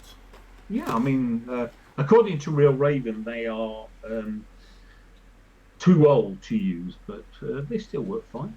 Yeah. And I back up regularly, just in case they stop working. Yeah, I should do something about that. I'm thinking about maybe getting how do you call those things? NAS, Yes. get a Synology, they're fantastic. I cannot recommend a Synology highly. Yeah, it's a good brand, but they're not cheap. No, they're not cheap, but trust me, they're worth it. But so I'm cheap. I run one, right, with 2-3 terabyte discs mirrored, Yeah. okay, which gives me an extra level of resilience. Yeah. Yeah, Okay. that's the only reason. And I run my music, and it's got a server in it, so you can run things like I run my music server off of it, so I can play my music directly off of that, which means my whole music collection is there digitized. Yeah, I'm thinking about doing that. Well, not the music, but running a NAS, but to buy one cost me a few hundred, maybe close to €1,000. Yeah. Well, no, it cost me 200 odd pounds for the NAS, and I think it was just over 100 for 3 terabytes. They're Seagate Barracudas. Yeah. Red something or other. Seagate Yeah. Barracudas, 3 terabytes, and they're only over 50 quid each, so not too bad. Okay. And the whole thing just works seamlessly. Yeah, because you can just... I've used a lot of what they call NAS devices, and they're shit. Whereas this is a properly robust. But is it true that if you just pop it into your network, your computers will automatically recognize it? Yeah, well, it just becomes part of your network. So it's has its own IP on your LAN.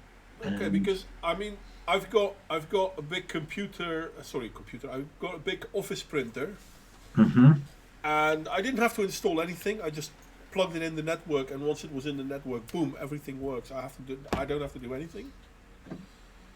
It's pretty much like that. What I did, because I use various servers off it, I hard coded a IP address on it, because you can either leave it to use what do you call it? Dynamic thingy. Dynamic drive. No, it's where they give a dynamic IP address. Oh, okay. Yeah. I don't bother with that. I gave it a fixed address, which means that it stays nice and put. But, Yeah, I'm thinking about it because it's easy to have a backup of systems and all that, especially because of the videos I make and the amount of movies I can't have too many backups. I wouldn't say you can't have too many, but No, you can't have too many. Seriously, you can never have too many backups. yeah. Yeah. But having the 2-disc system, Yeah, that's the one. that's Thank you, Richard. Sorry, it's been.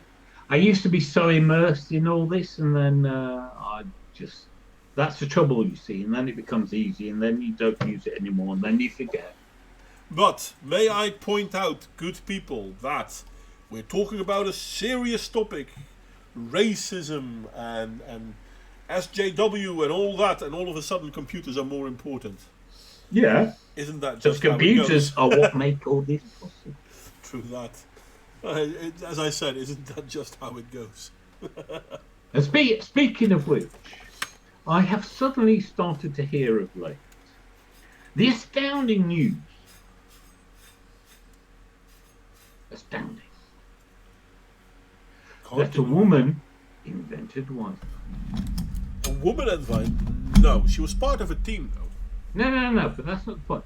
Oh, Okay, so let's just even grant them that a woman invented Wi-Fi.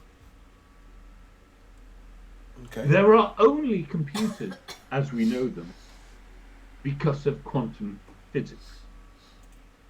Okay. Because that's what made a transistor possible. Yeah. And the transistor and the development of it into the silicon chip. We have the internet Yeah. developed. We have the World Wide Web. Yes. All of which were invented by men. But a woman invented Wi-Fi, which would have been useless without all those other inventions by men. But I mean, if you want to, I don't understand this because I understand what you're saying. I'm saying is like they're trying to make it a big thing that a woman invented Wi-Fi, as But if that on its own means diddly squat. But if they truly want to make women look important, why? This is the thing I never understood. They always try to come up with obscure things that are barely true, because the Wi-Fi thing is, she was part of a team, and I have no doubt that she was a very useful part in that team, as was everyone else. And I'm 100% agreeing with the fact when people talk to me about, but NASA had a lot of female coders writing the software. Yes, all of this is true. But they were part of a team. Point. But if you want to say, okay, but are there groundbreaking female scientists? Why they never, ever, ever bring up Madame Curie? Yeah, because she didn't exist, don't you know? Because their narrative was, at that time, a woman was literally prevented by all the evil men. Yeah. And But I mean, she actually found something completely new. No one ever heard of it. Yeah, but I mean, even before her, right? So, if you consider who wrote Frankenstein, Mary Wollstonecraft, or should I say Shelley, Mm-hmm. right? Sounds a very male story, doesn't it? Lightning and creating life through all the technology and all that. Yeah. Then in the 19th century, we have the precursor to the computer called the difference engine, which was created by Charles Babbage. Okay? Uh-huh. He didn't actually create it, he designed it, and he never got one built, though they did build one.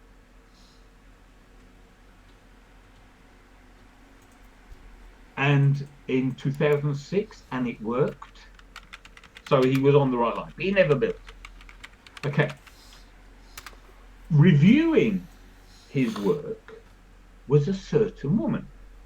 Her name was Ada Lovelace. She is known as the creator of computer programming. And she was much more visionary about the capabilities of this machine than he was. And she worked closely with him on the programming potentialities of said machine. Though, as I say, the machine itself was never built. But she was remembered. And she was a mathematician. Mm-hmm. And she was a daughter of a mathematician. Well, I'm not surprised. Her mother. We are talking the end of the 18th century. Her mother was a mathematician. She was a mathematician. But you listen to feminists and such things were not possible. Yeah. But I never understood why, though, because let's be honest, math is a language. Whether we like it or not, math is a language. We don't all understand it. It's a language. Women are, on average, better at languages. Math is a logic language. Well, yeah, maybe, but it's still a language. This is why... I think you're using a very poor line of logic here, just have to say. But this is one of the reasons why women were so good at coding. Mm-hmm. There used to be more female coders than male coders.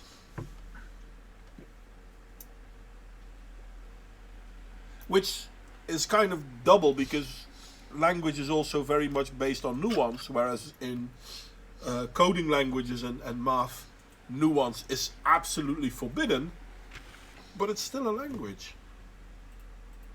Now, when you come to the calculus side of math, the top side of it, yeah, okay, men are better at it than women, but women are very good at the language part of it.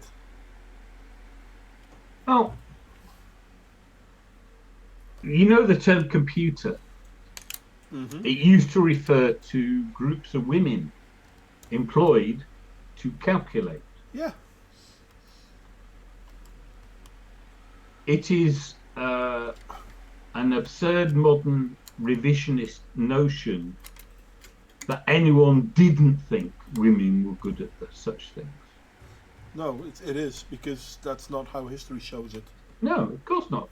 But then feminism perpetually rewrites history because history constantly refutes its and that's the one thing narrative. I never understood. I mean, why do people keep falling for it? Because they're ignorant. I mean, there's And so they're many ignorant examples. in the circularity because of feminism's influence on education. Yeah.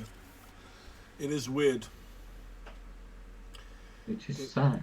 Well, both, actually. It is weird and sad. I have to concede the floor to you on that one. But I never understood that. But I understand it. Women like invented it, but I understand it. Women invented Wi-Fi. There's a woman who invented a whole field of science that didn't exist before her. But that's not interesting. Because she did it at the wrong time. She was too early for the feminist narrative. But, well, I mean, let's be honest. The world owes Madame Curie. Yeah. It does. It does. I'm not... And here's the thing. I was taught about her nigh on 50 years ago at school. Mm-hmm. And when I was taught about her and other women who achieved, We weren't taught about them as women. We were just taught about what they did, Yeah. and they happened to be women, and it wasn't even remarkable The that they women were part women. wasn't the story. No, it wasn't remarkable. And so I grew up having learnt about all these amazing women. So when later I heard feminists say, women have written our history, women have never, and I'm like, you're talking out your arse. Yeah. Because in Britain, we learnt about all these amazing women. Yeah, not just in Britain, mate. Trust me. No, I'm just saying, but that was me in Britain. I learnt all about these amazing women, and they were just taught as they taught us about the men, just as a matter of fact, because Yeah. why would you possibly do otherwise? It is a modern narcissistic obsession Yeah. to insist that because they're a woman, there's something special about it. Because that is the true sexism. That is the true misogyny of the feminists. Because feminists can't accept that women can just do stuff. It goes counter their narrative. I mean, come on, man. Feminists at the time were complaining about how women weren't important. Margaret Thatcher was one of the strongest prime ministers the UK had seen in a very long time. Yeah. I mean, you can agree with her or disagree with her. Well, I mean, to be fair, and I'm not a fan, but she stands out in such stark contrast to all the prime ministers who came before her and the prime ministers who've come after her. Yeah. Because they were all soggy, flaccid, useless piles of poop. I mean, you listen, agree, disagree, but you could never say you didn't know where she would stand on an issue. Yeah, well, as I say, she was her own woman, and whatever you want in a leader, that's what you want. Yeah. Yes is yes, no is no. This is how it goes. Period. Yeah. This is what I stand for. But I mean, come on. Look at the UK now. Even now that the Boris Johnson is the new prime minister, and we're all like, okay, now a hard Brexit seems more likely. None of us is 100% sure that that's what's going to happen. I hear so many contradictory stories, and all I can say, no, but here's the thing, right? Okay, for all the uncertainty about Johnson, which I understand, isn't it a tragedy that we had so long under Theresa May? Yeah. Because Johnson comes in and in a couple of weeks, there's more than she achieved in 3 years. And it's like, oh my giddy aunt, what a wasted opportunity. It was, wasn't it? Makes you wonder why. Well, I mean, it's so sad because I am of no doubt there are many capable women in politics. Mm-hmm.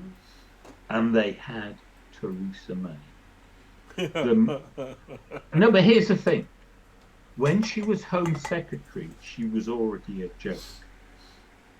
When she was Home Secretary, she'd already demonstrated her utter incompetence. Mm-hmm. And she became Prime Minister by default. And I had to admit, I had some hope that she would indeed... I didn't. Well... Never. No, seriously, I never had a hope of her. Because she was a Remainer. She was. She still is. No, but here's the problem, right?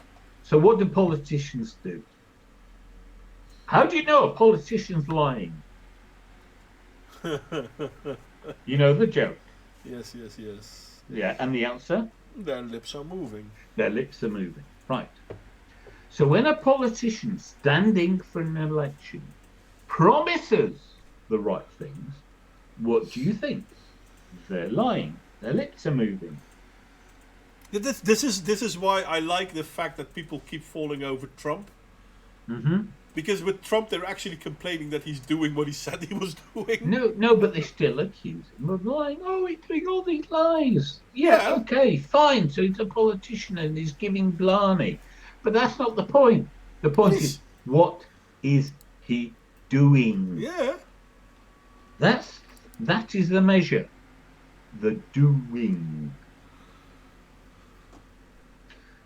And yeah, and I mean Johnson, okay. People don't know whether he's this or he's that. But he's doing. He's standing up. He's trying to fix important priorities. Because we have this schizophrenic Conservative Party, right? We have the shitty David Cameron wet part, who are contemptible. And we have the let's just be more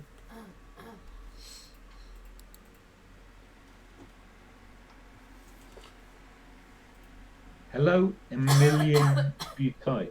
It was much more racist in 2001, was it? Okay. Happy to hear your explanation. But yeah, what was I saying? Hi there, Emilian Butoy.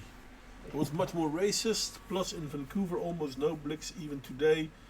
So then apologize but lied. Trudeau gone From office. Yeah.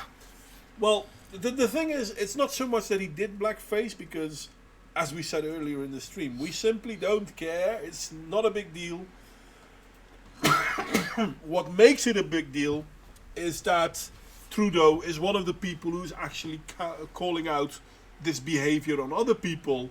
But when he does it himself, he's like, yeah, well, they shouldn't do it.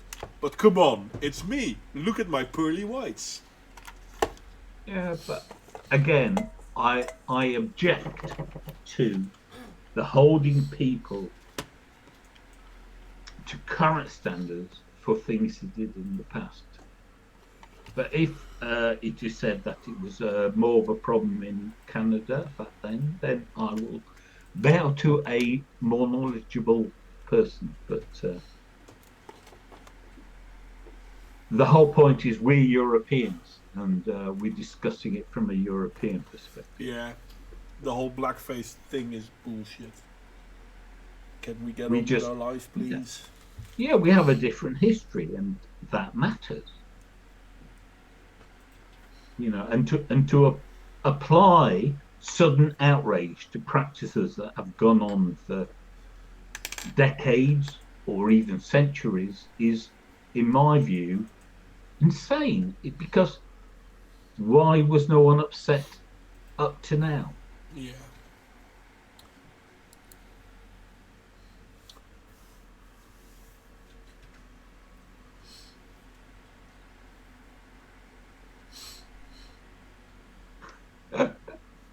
Oh dear.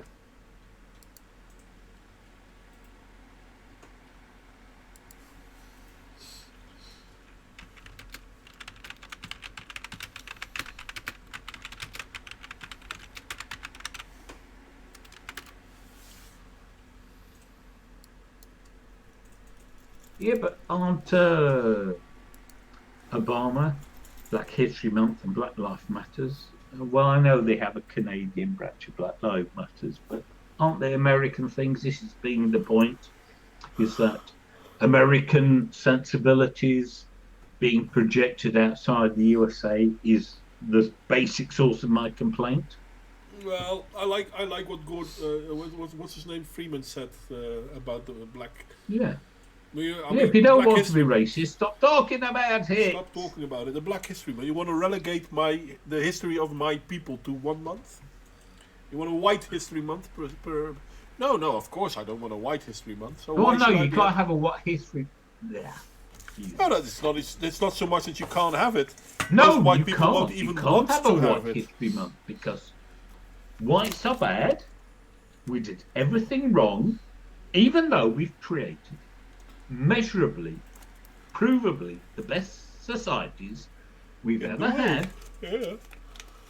We did it wrong, so. Yep.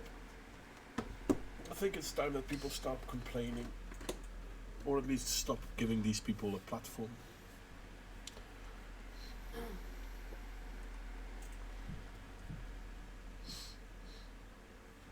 I have actually no idea what you wrote. I'm sorry about that one. I too have a problem with your second post, Tim.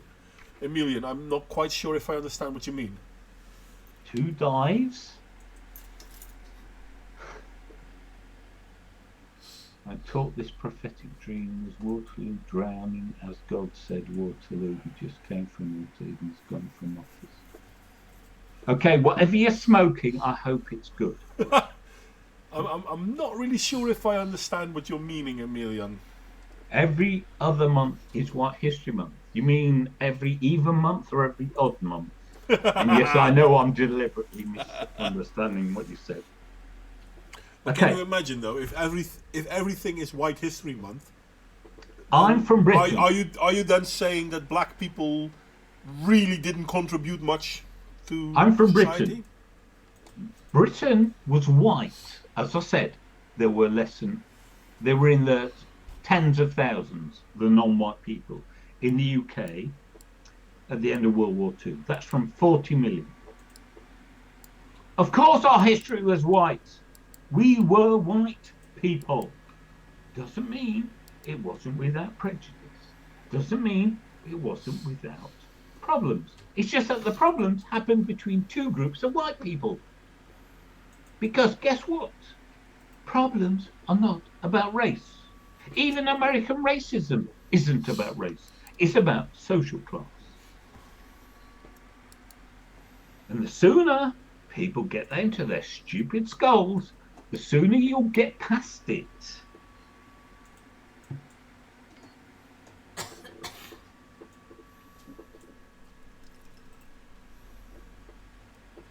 But we were taught about slavery, about the horrors of the slave ships. No one glossed over it. And of the people dying to stop it? No, but no one glossed over the absolute undiluted horror of the slave ships, of the transatlantic journey. Yeah, well, it was how still awful it was told us in really uncertain terms. What no one told us was that the Arab slave trade was way worse, though. No, but all I'm saying is that what we did as a country, in our country, we were not. It wasn't glossed over. We were told it. It was told that it was bad, but as I said, we weren't told about. Bad. But even we weren't told that any other slave trade was as bad or even worse. Because, as I said, if we look at the Arab slave trade, man, we were kind. We seriously were kind. In the Arab slave trade, every man got neutered. Only 1 in 5 survived that process.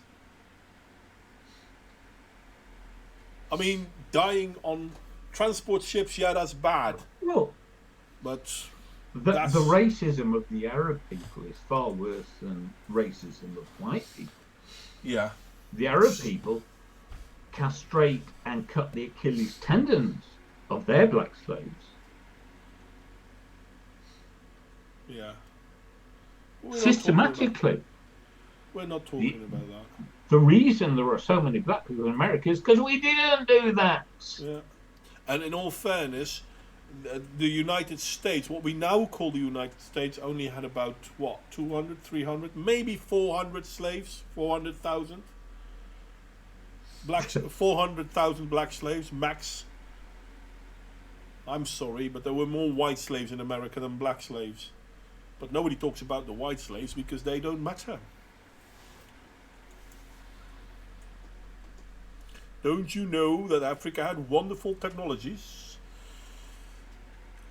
Actually, the only invention that I could find that was truly from Africa was the bridge, which is important, don't get me wrong. But libraries are not African, that's more Middle East. No, you see, this is a problem, Europe. Right? So you have the Library of Alexandria, which was Greek. Which was Greek, yeah. And indeed, the actual Africans don't give a fuck about African Americans. Yeah, I mean, apparently when the Nigerians, for example, go to America, they say, "Don't call me like an African American. I'm just an American." Anywho, because now we're just rambling. No, we're not. We're having fun. Oh, all right then. No, I mean, there's a story about this. Where was it? It was somewhere in Africa. Sorry, I don't remember these things well. And this guy was so wealthy, and he went on a pilgrimage from Africa to Mecca. And he was so wealthy that everywhere he went, he gave them huge amounts of gold. And do you know what the consequence was? He ruined their economies. Yeah.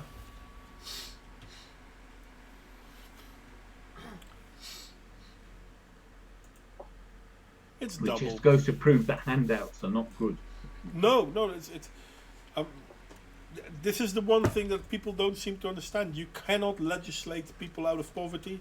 You can't give poor people everything they need, because when you do, it's not going to change the fact that they are poor. It might just give them a moment of wealth, but they will end up in poverty again. This is what history keeps showing us, but people like to think it's not true. I don't know why. It's almost as if reality doesn't matter. Well, of course not, because nothing will get in the way of their narrative. And it's because they hate the West and their own countries. The fact that their very ability to hate the West and their own countries is disproof of what they hate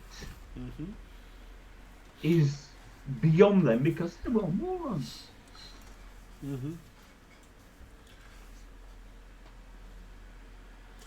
It's double though. It really is. And then we get told by people that, yeah, but that's science and history, and they know nothing about it. I'm not sure of your point, Richard, because, okay, the guy admitted he scammed to get even with white people. Doesn't mean his grievance was legitimate, it just means he had a grievance. And one of the problems with so many people who have a grievance is they're not legitimate. Yeah. Ask any feminist of their grievances, and they're all based on lies. On a false story that isn't true. And they'll say things like, oh, well, men have been on top for thousands of years. Okay, well, even if that were true, so what? We're not in the past, we're now. Doesn't justify you're oppressing somebody else because somebody else oppressed people in the past. And people did not get oppressed on sexual lines. They got oppressed on class lines. Yep. Massively. And let's be honest, most people throughout the world were not leaders. No. So if people are going to tell me, well, disenfranchised, 95% of all leaders in the history of mankind were men, then I'm like, yeah, okay, but nearly 100% of all people who weren't leaders were also men. Well, half of them were women, but the other half were men. Yeah. And you had females in leading positions as well, even throughout history. Well, there are very sound historical reasons why men were the leaders.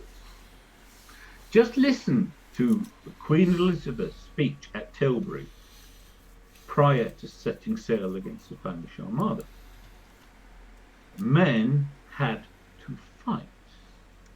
Had to die.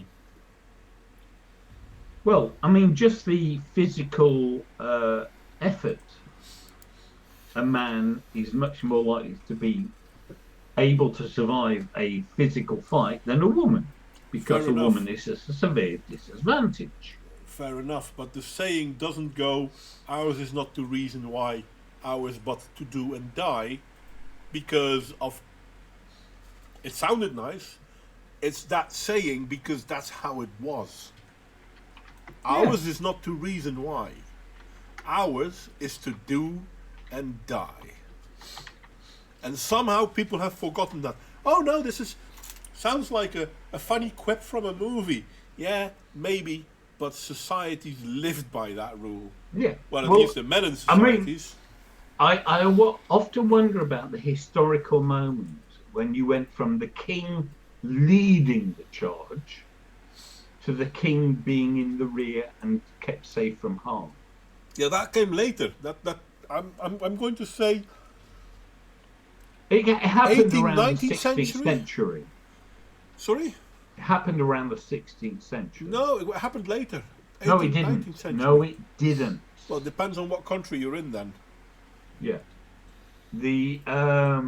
By the 16th century, the British monarch no longer led their troops into battle. Okay. Because I'm not saying that in the close 17th relative didn't. in the 17th century, the Polish army, the Battle of Vienna, 1657, 59, I can't remember. Can look it up. Was led by Jan Sobieski, which was the king of Poland. Yeah. So maybe it happened in the 14th century in England, but Well, yeah, no, a lot of countries it was still not normal. 14th century. Okay, so Henry the Seventh. Okay, who was Henry VIII's father? Mm-hmm. Maybe obviously. Yeah, he led his armies. Mm-hmm. Then you have Henry VIII. Okay, and he didn't because he was injured. Then you had his daughter Elizabeth, who didn't. Mm-hmm. Then you had James, who I'm not aware had any wars. Then you had Charles, who fought the British, but I'm not aware of him actually leading the army. He was generally hiding. And so you had a long time where kings weren't really involved. Okay. And then after the Restoration, the King of England was nowhere near battle.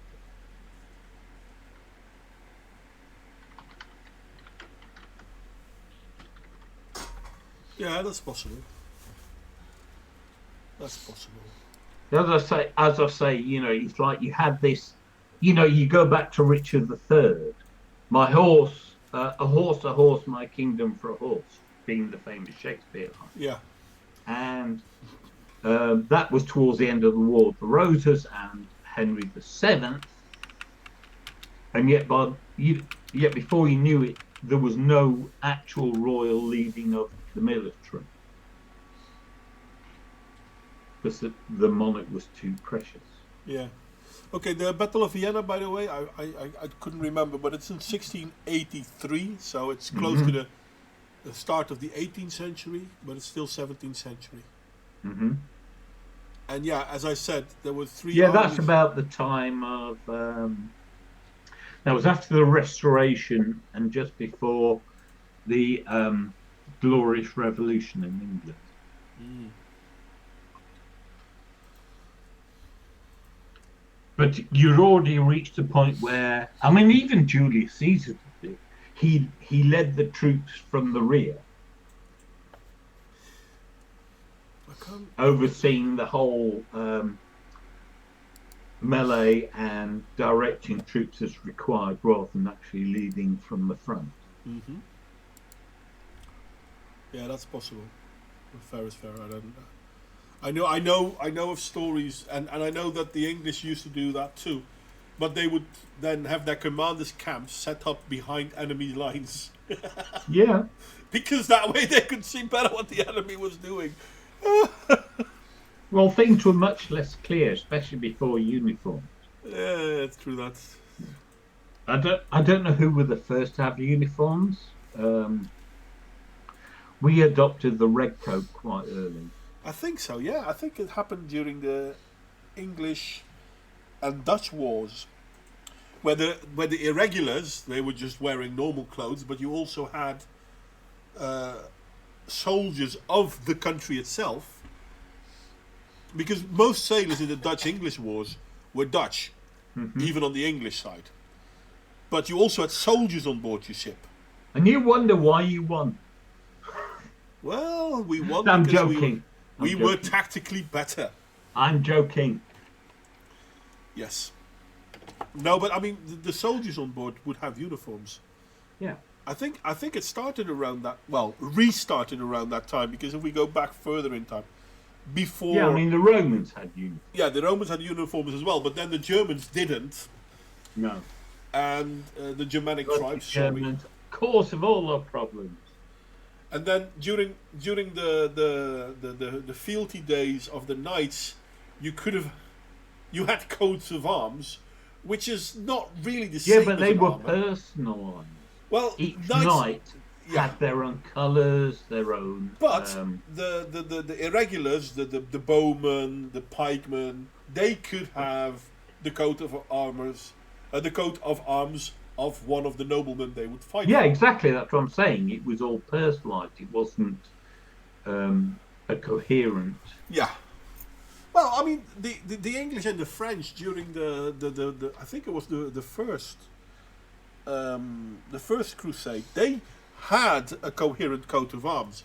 All French would use the St. George's cross, actually, and the English, I can't remember the name of it, but the French. You were saying, and I was saying that the English didn't adopt the English identity in that sense for a long time.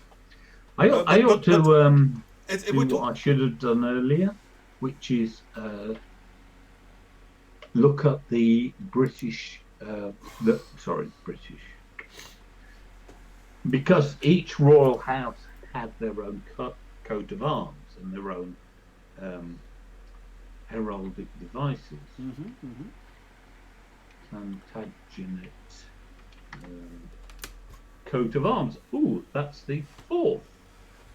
But in the I think it was in the First Crusade, the English, King Philip went with the St. Georgian cross, which was a red cross on a white background, and the English went with a white cross on a red background. Oh, hang on. Silly me. I will get there. I'm going to just share.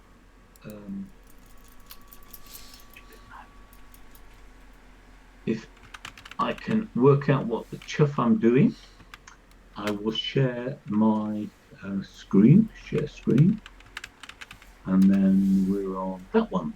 Okay. Yay! Let me check this. And then I go to you want that one. To share screen?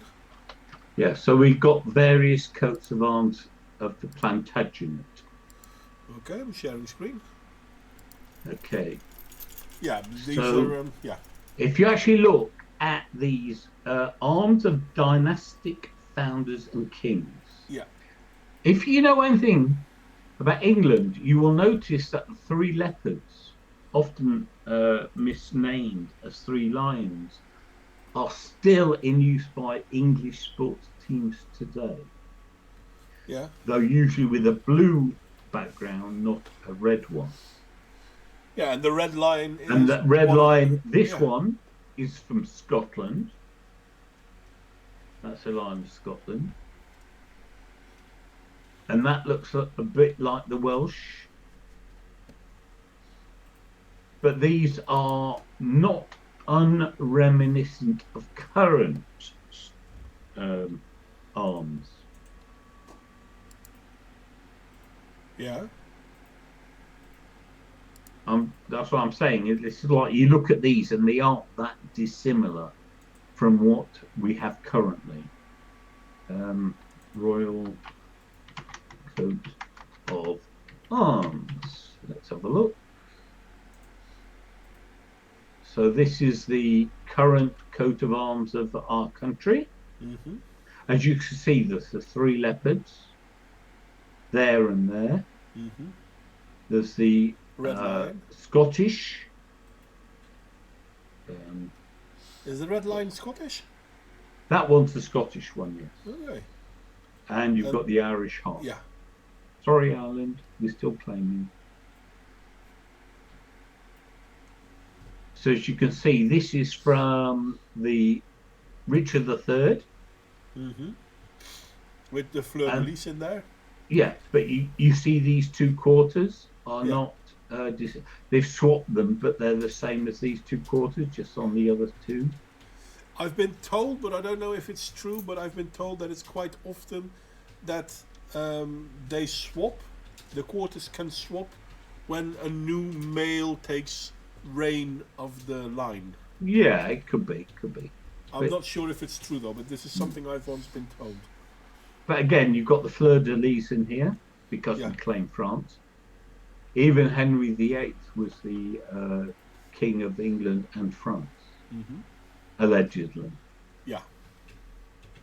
The French didn't think so.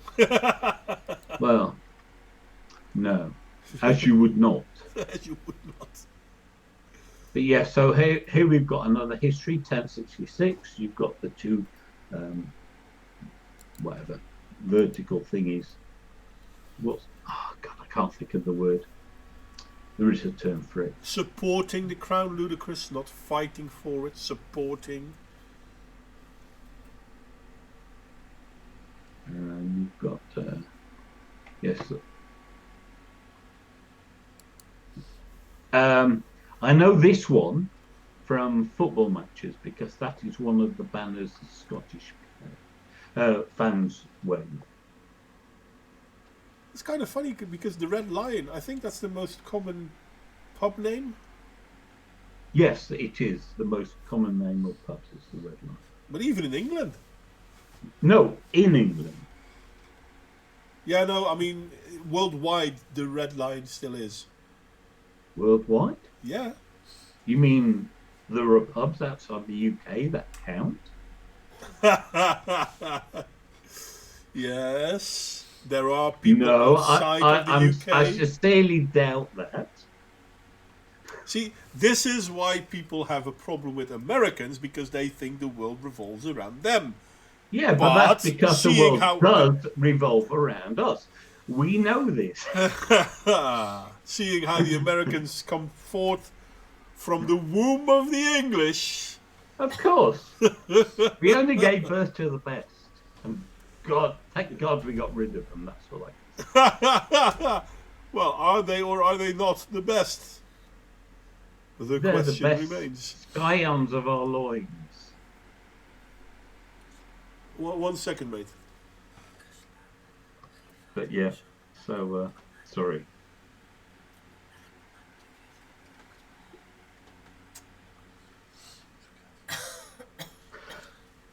I'm still trying to find, because I found an article some time ago that the St. George flag was the one that the French used to go to the crusade, and Richard the Lionheart had, I think it was Richard the Lionheart, had the opposite. No. Richard Coeur de Lion.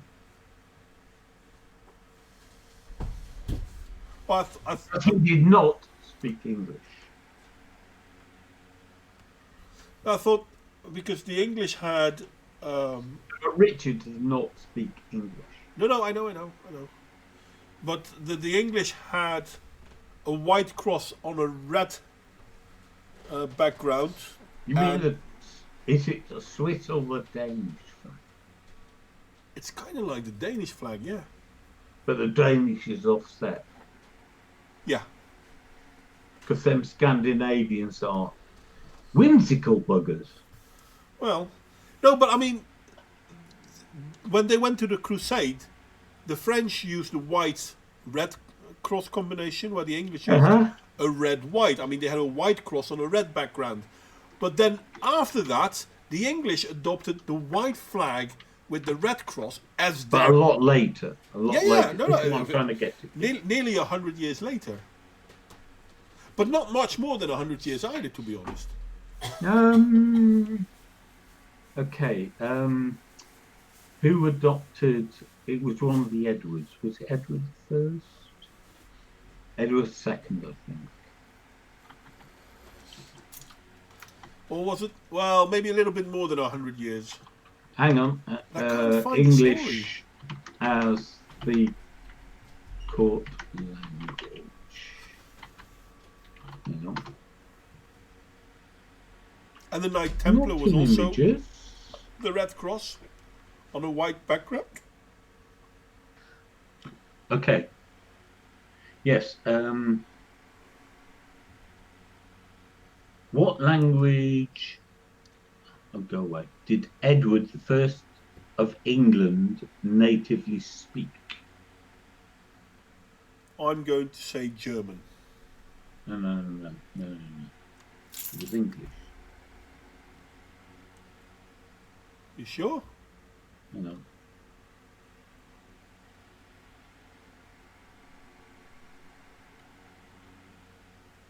Yeah.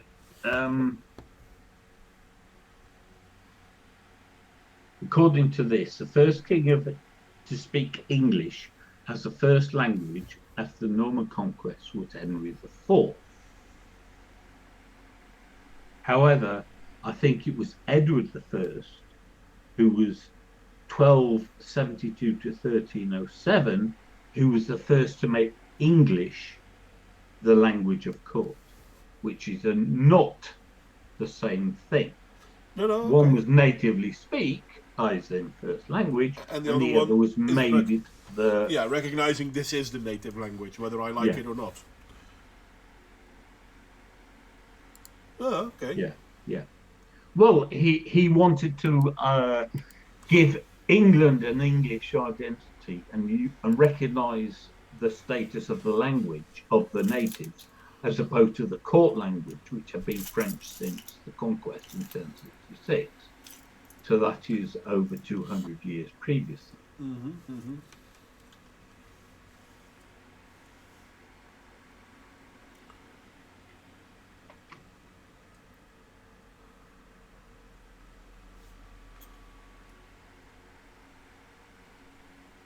No, the Red Cross wasn't so much set up as an inverse of the Swiss flag, but the Swiss flag... No, the Swiss flag was actually... But it's based on the same theme. But the Swiss flag was the English Crusaders used the red background with a white cross, where the French used white background, red cross, so that people could recognize who was who. And the St. George's cross, white background, red thingy, was commonly used by a lot of groups after that. I mean, the Templar Knights being the biggest one. And at a certain point in time, the English flag became that as well. But the whole idea of a single colored cross on a single colored background became a big deal in Christianity. This is why you have so many versions of it on different national flags. Not just Switzerland or England, but look at nearly all of the Scandinavian countries. Oh, for goodness sake. And you will find that the cross often comes back in a lot of coat of arms as well. Which makes it interesting, funny enough. Well, red and white are very potent colours. Apparently, men are attracted to the colour red much more than women. Men are attracted to the colour red more? Yeah. I should stop broadcasting, by the way. I think I should, shouldn't I? I heard that quite a lot because... well, it's a bright colour. No, it's red is a warning colour. And in evolutionary terms, it makes sense because red is far more significant to men as hunters and it's also a colour defenders. It's also a colour of strength and masculinity, funny enough.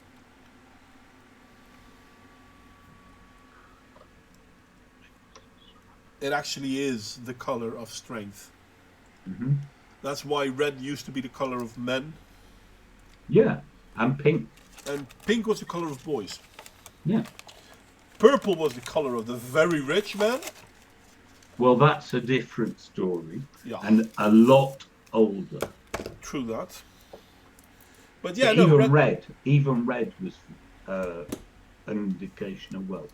Yeah, oh, definitely. Red is which is why the story in the Bible, which is almost certainly fiction, of Christ being given a cloak by a Roman centurion, is utterly symbolic, because he was given a cloak, depending, of red or purple, both of which were signs of status, were symbols of status. True that. To have a cloak in those colours, But and a that centurion they would were have had supposed one. to represent, in the Roman mind, given that the stories were circulated initially in the Roman Empire, Yeah. with Christ's status. Yeah, but a Roman centurion could have had or would have had a red cloak. Yes, So but they would not have given them to condemn man, well, and they would not. And here's the point: that their inclusion in the story was clearly symbolic. Yeah. And that's It could have happened. No, but it wouldn't have happened. I don't think it would have happened either, but theoretically speaking, it could have happened if that centurion knew the person and had great respect for that person. No, but it was just described as a casual presentation, and there's just no way it happened. Yeah. But you don't give a somebody going to be executed as a common criminal, which is the execution that happened, a symbol of utmost status, a very, very expensive symbol of status. Yeah. I mean, essentially, somebody with a cloak of that value would not have given it away, period. No, most likely he would have given something else away. I mean, he could still have given a cloak away, but not that one. It was a highly expensive and symbolic Yeah, that's true. And so not only do you give it to someone else, you deprive yourself of it.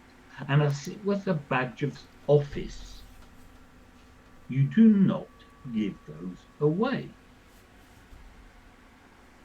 Mm-hmm. No, that's true.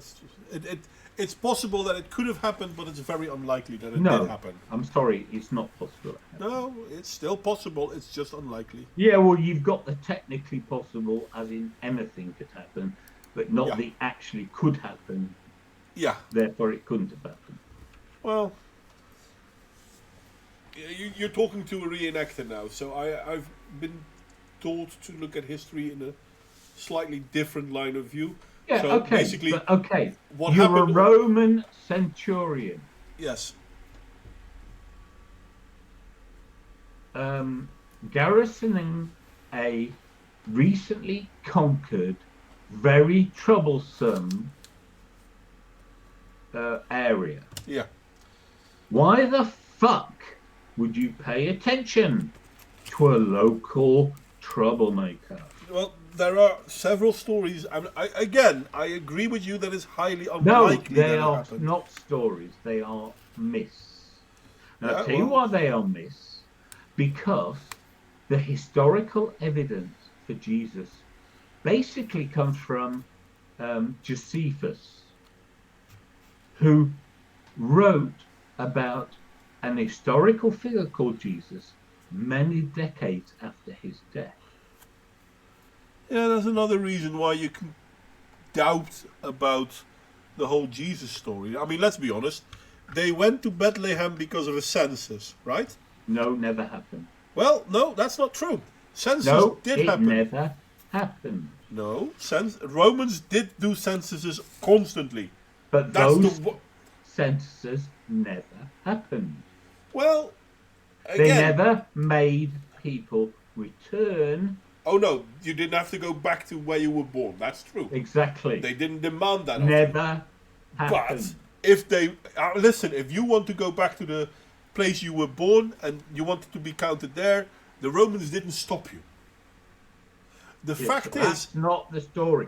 The whole the premise is that they had to go back. Was added in a later version of the gospel, not the original. The original being Mark.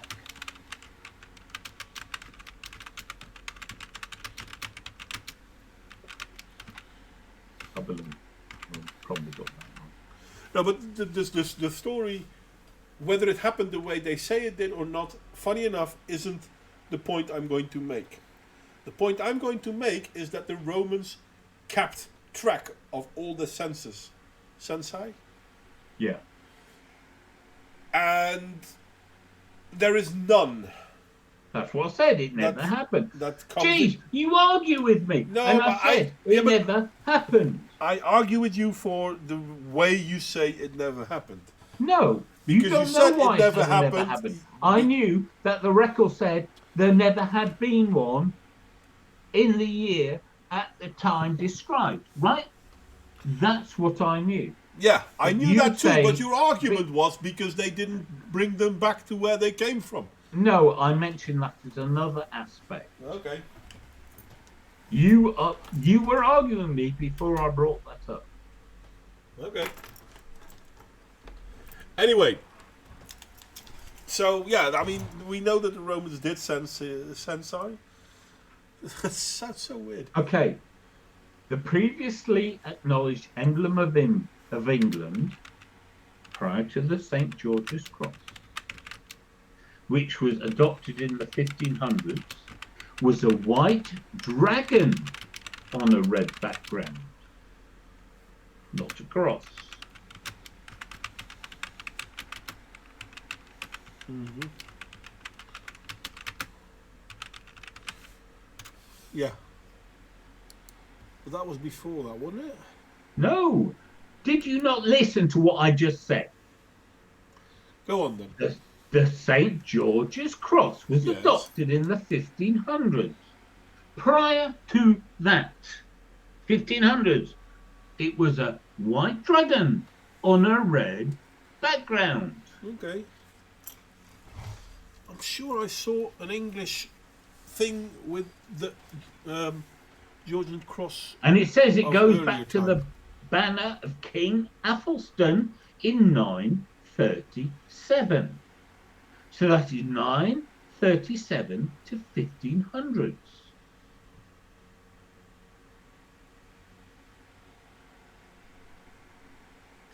I can't find what I was looking at earlier, but I'm pretty sure I once read an article on how it was in the 13th century that the English started adopting the Red Cross. Well, according to this, Uh-huh. the present flag of St. George, and St. George as the patron saint, was fought on England by the Normans. Mm-hmm. That was 1066. Yeah, as I said, I can't find it now anyway. I'm looking for, but I can't. My But Google foo is slow. it also states that the flag, the St. George Cross for England, was adopted in the 1500s. And yes, it was a very racist dragon. It hated all other races. Dragons tended to eat humans as well. No, but isn't it ironic that the old flag was a dragon and St. George slew The dragon. dragon? Yeah. That's the story, though. Even though they didn't have any in Dragons. Turkey.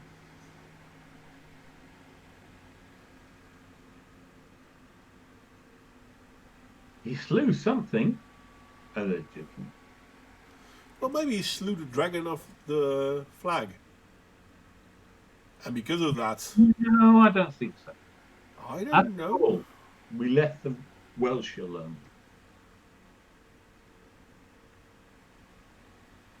Okay.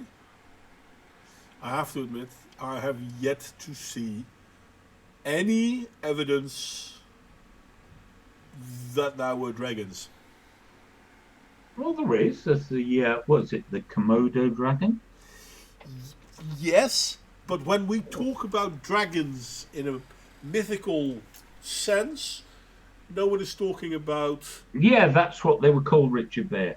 Norse men. Norse, as in Nordic. Well, there were And it three... became There were, degenerated into Norman that No, Norman is a corruption of Norse men. but no, there were three Norseman groups. There was the Norman, there was the Rus, and there was the Dane. Yeah, They were. but he's saying we're Normans descended from Viking. I'm saying that's what Norman Yeah, meant. but all He was three a of them. corruption of Norse men. No, but all three of them were considered Viking because Viking was the culture. But the term Viking came what in the 19th century? I don't think Probably. it The didn't happen before that. Victorians had a very strong imagination. I'll be back in a minute. But the English and the Irish recognized the Norsemen and the Dane as different groups. They were vastly different. The Danes actually lived among the English for a long time as well, as did the Norman. I don't think the English would have met any Rus, to be honest. I think they went mostly into what we now call Russia and all the way to the Middle East. But yeah, the Norsemen and the Dane were quite common in the areas. No, they were called Norsemen before. I mean, Normandia got the name Normandia because the French king gave that land to the Normans to stop them from invading France. So that the Normans, so as we call them now, are descendants of the Norsemen, the North, the Viking out of what we now call Norway. But there was a distinct difference between the Norse Viking and the Danish Viking, which was called the Dane. The Komodo dragon, the Southeast Asian flying dragon, the Margaret Thatcher.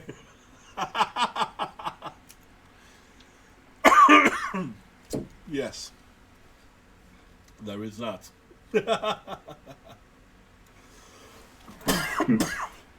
Anyway, oh wow, we've been at it for quite a long time actually. Excellent. We're well over the 3-hour marker. Yeah. That's okay though. And we still have people watching. We still have people watching. Sorry. You Well, lovely people. You are mad. And I love you for Listen, it. if it's still interesting to them, I'm glad The that Brazilian cross-dresser. and the Brazilian crossdresser. Why would you dress Okay. crosses? I have no idea. Paulo Costa, explain to us Why a Brazilian dressing is angry? Well, the Brazilian is dressing crosses. No, he's dressing angrily. He's a cross-dresser. All right, yeah. No, that would mean he's a cross space dresser. Yeah, cross-dresser is angry. No, but then shouldn't there be a space between those two Ah, words? you know nothing of the I mean, a subtlety cross dresser of is our someone dressing language. crosses. No, seriously. Okay, so you take two words. You can separate them with the space. You can Yes. hyphenate. Or you can create a compound. Are there any rules at all? The answer is no. I would say there are quite a few rules. But- No, there aren't any rules. Okay. The point is, it's all a matter of evolution of the language. That words start as separate words, they become hyphenated, they then become a compound, then before you know it, something else adds to begin the process again. Yeah, all right. Dragao used to be slang in Brazil for ugly women. Or an obvious tranny worker. Or a trap. Is a trap a tranny though? Because I get very confused about this. I think they are. The question Well- is a trap gay? Yeah, I know, but that's where I get confused because I don't give a shit. Well, yeah, that too. No, I mean seriously, it's like I Traps don't give a shit. Are I mean, it's passable like trannies. Okay. the sexuality of other people are absolutely no interest to me. Well, No, it's like I remember chatting on Minds, and I was talking about Anhesh, who I happened. She's got a distinct look, but I happen to find her attractive. So I said, but she's gay, and I'm saying so. Indeed, Richard Bayer, Mr. Geneve, what's it? Forgot his name. Yeah. Geneve something. Who cares? Yeah. And so my point was, is that people were criticising me or mocking me for fancying a lesbian, and I'm like, but I only fancy her as in, I think she's attractive. I don't fancy her as in, I would ever anticipate meeting her, let alone trying anything with her, given that my wife is still alive at the time. Well, there's that. No, but I mean, it's like, who cares, right? Someone is gay or straight, whatever, who cares? Because 9 times out of 10, or 99.999% out of 100, it's irrelevant. True. You're never going to meet these people. Even if you met these people, there's nothing sexual about it. So who cares? Right? Yeah. So the person is gay, not gay, whatever.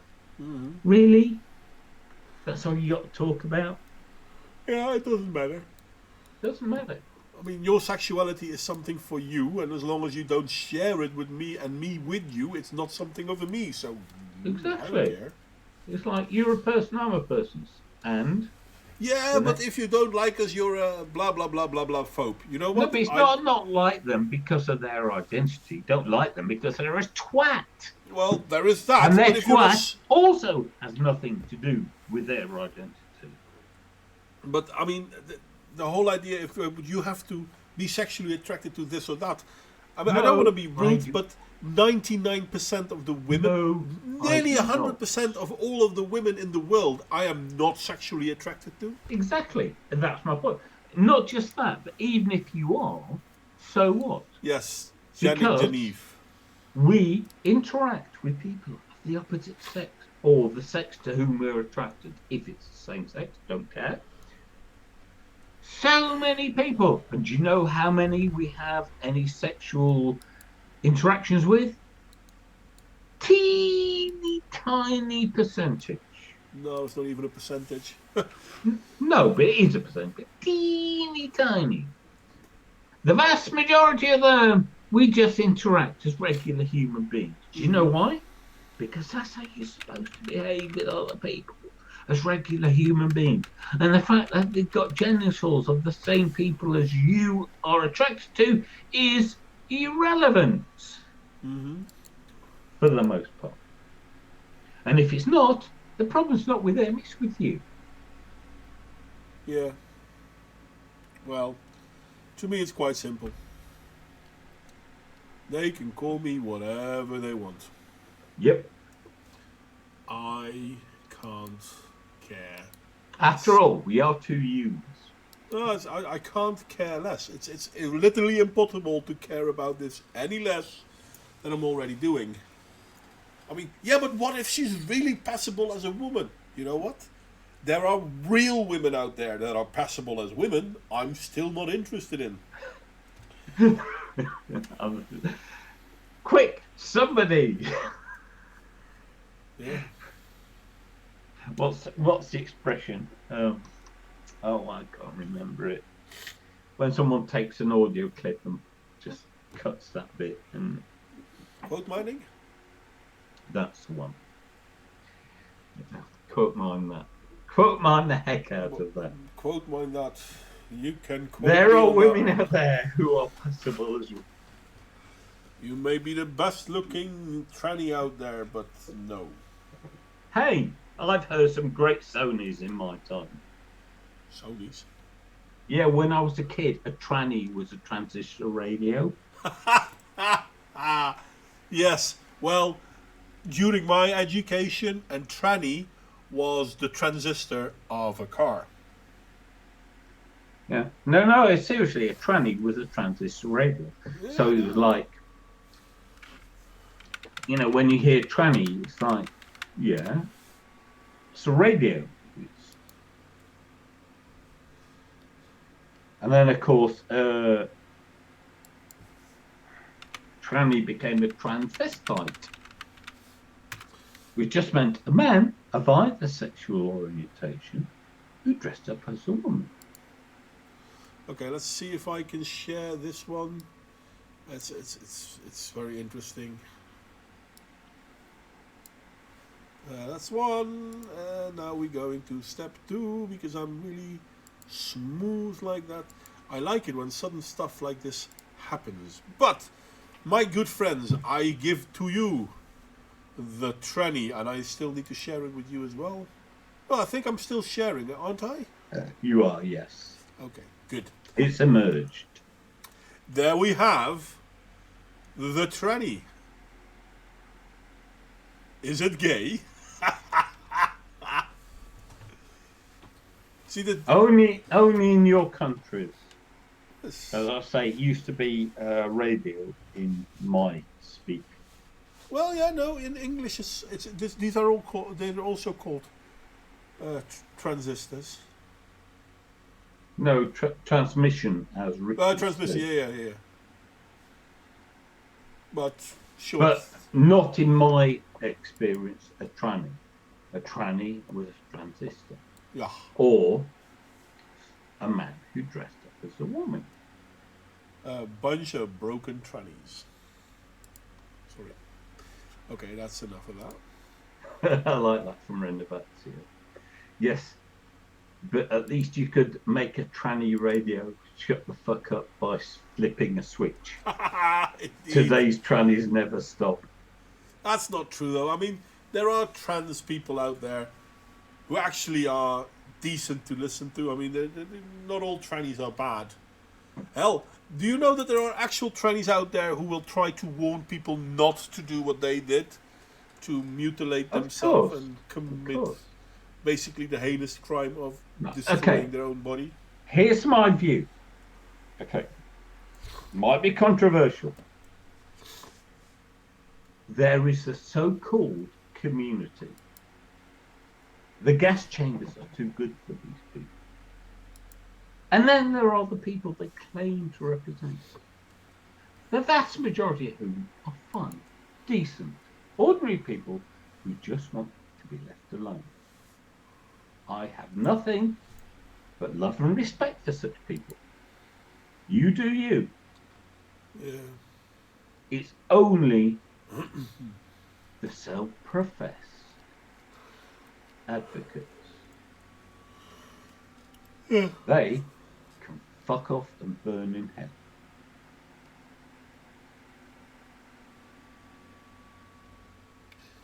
Yeah. Anywho, in all fairness, we've been at it. Anywho, Yes. you Canadian all of a sudden. Huh? That's how Canadians say it. They Oh, say okay. who instead of how. I was hanging out with trannies 20 years ago. Never had a bother. Yeah, No, I mean, would never try and get. but to this is know my one. point, because it's like, that's what I was saying. I used to go for various reasons, went to gay bars, gay whatever. And it's like, so it's just a place, you know? Yeah. Don't care. Yeah. It's only the fucking ideologues who make it a problem. Yeah. But I'm no, I'm not going to go into it, guys. I'm going to call it quits for me, considering the fact that it's 2 a.m. I need to do something else. It's the late Mod Wayne, Yeah. and they're not quite so late, John. It's late for everyone, isn't it? No, but not quite so late. How do you react when you have to walk into a SJW den? Yes. Badly. No, I'm the epitome. No, I of- would react badly. Okay, because I'm always kind. Anyway, I'm not. this is where we're going to call it quits. And I have no idea if we now have to stop streaming on No, YouTube you first. click stop streaming in OBS. And it stops then. Okay. Well, in that case, I'm not sure how it will deal with this thing, but I'd like to thank you all for coming. John, you want to have any famous last words? famous? Well, they might become. No, that was it. Oh, okay. See you all next time, guys. I'm not quite sure what we'll do Wednesday, but we'll be doing something. Hope to see you all.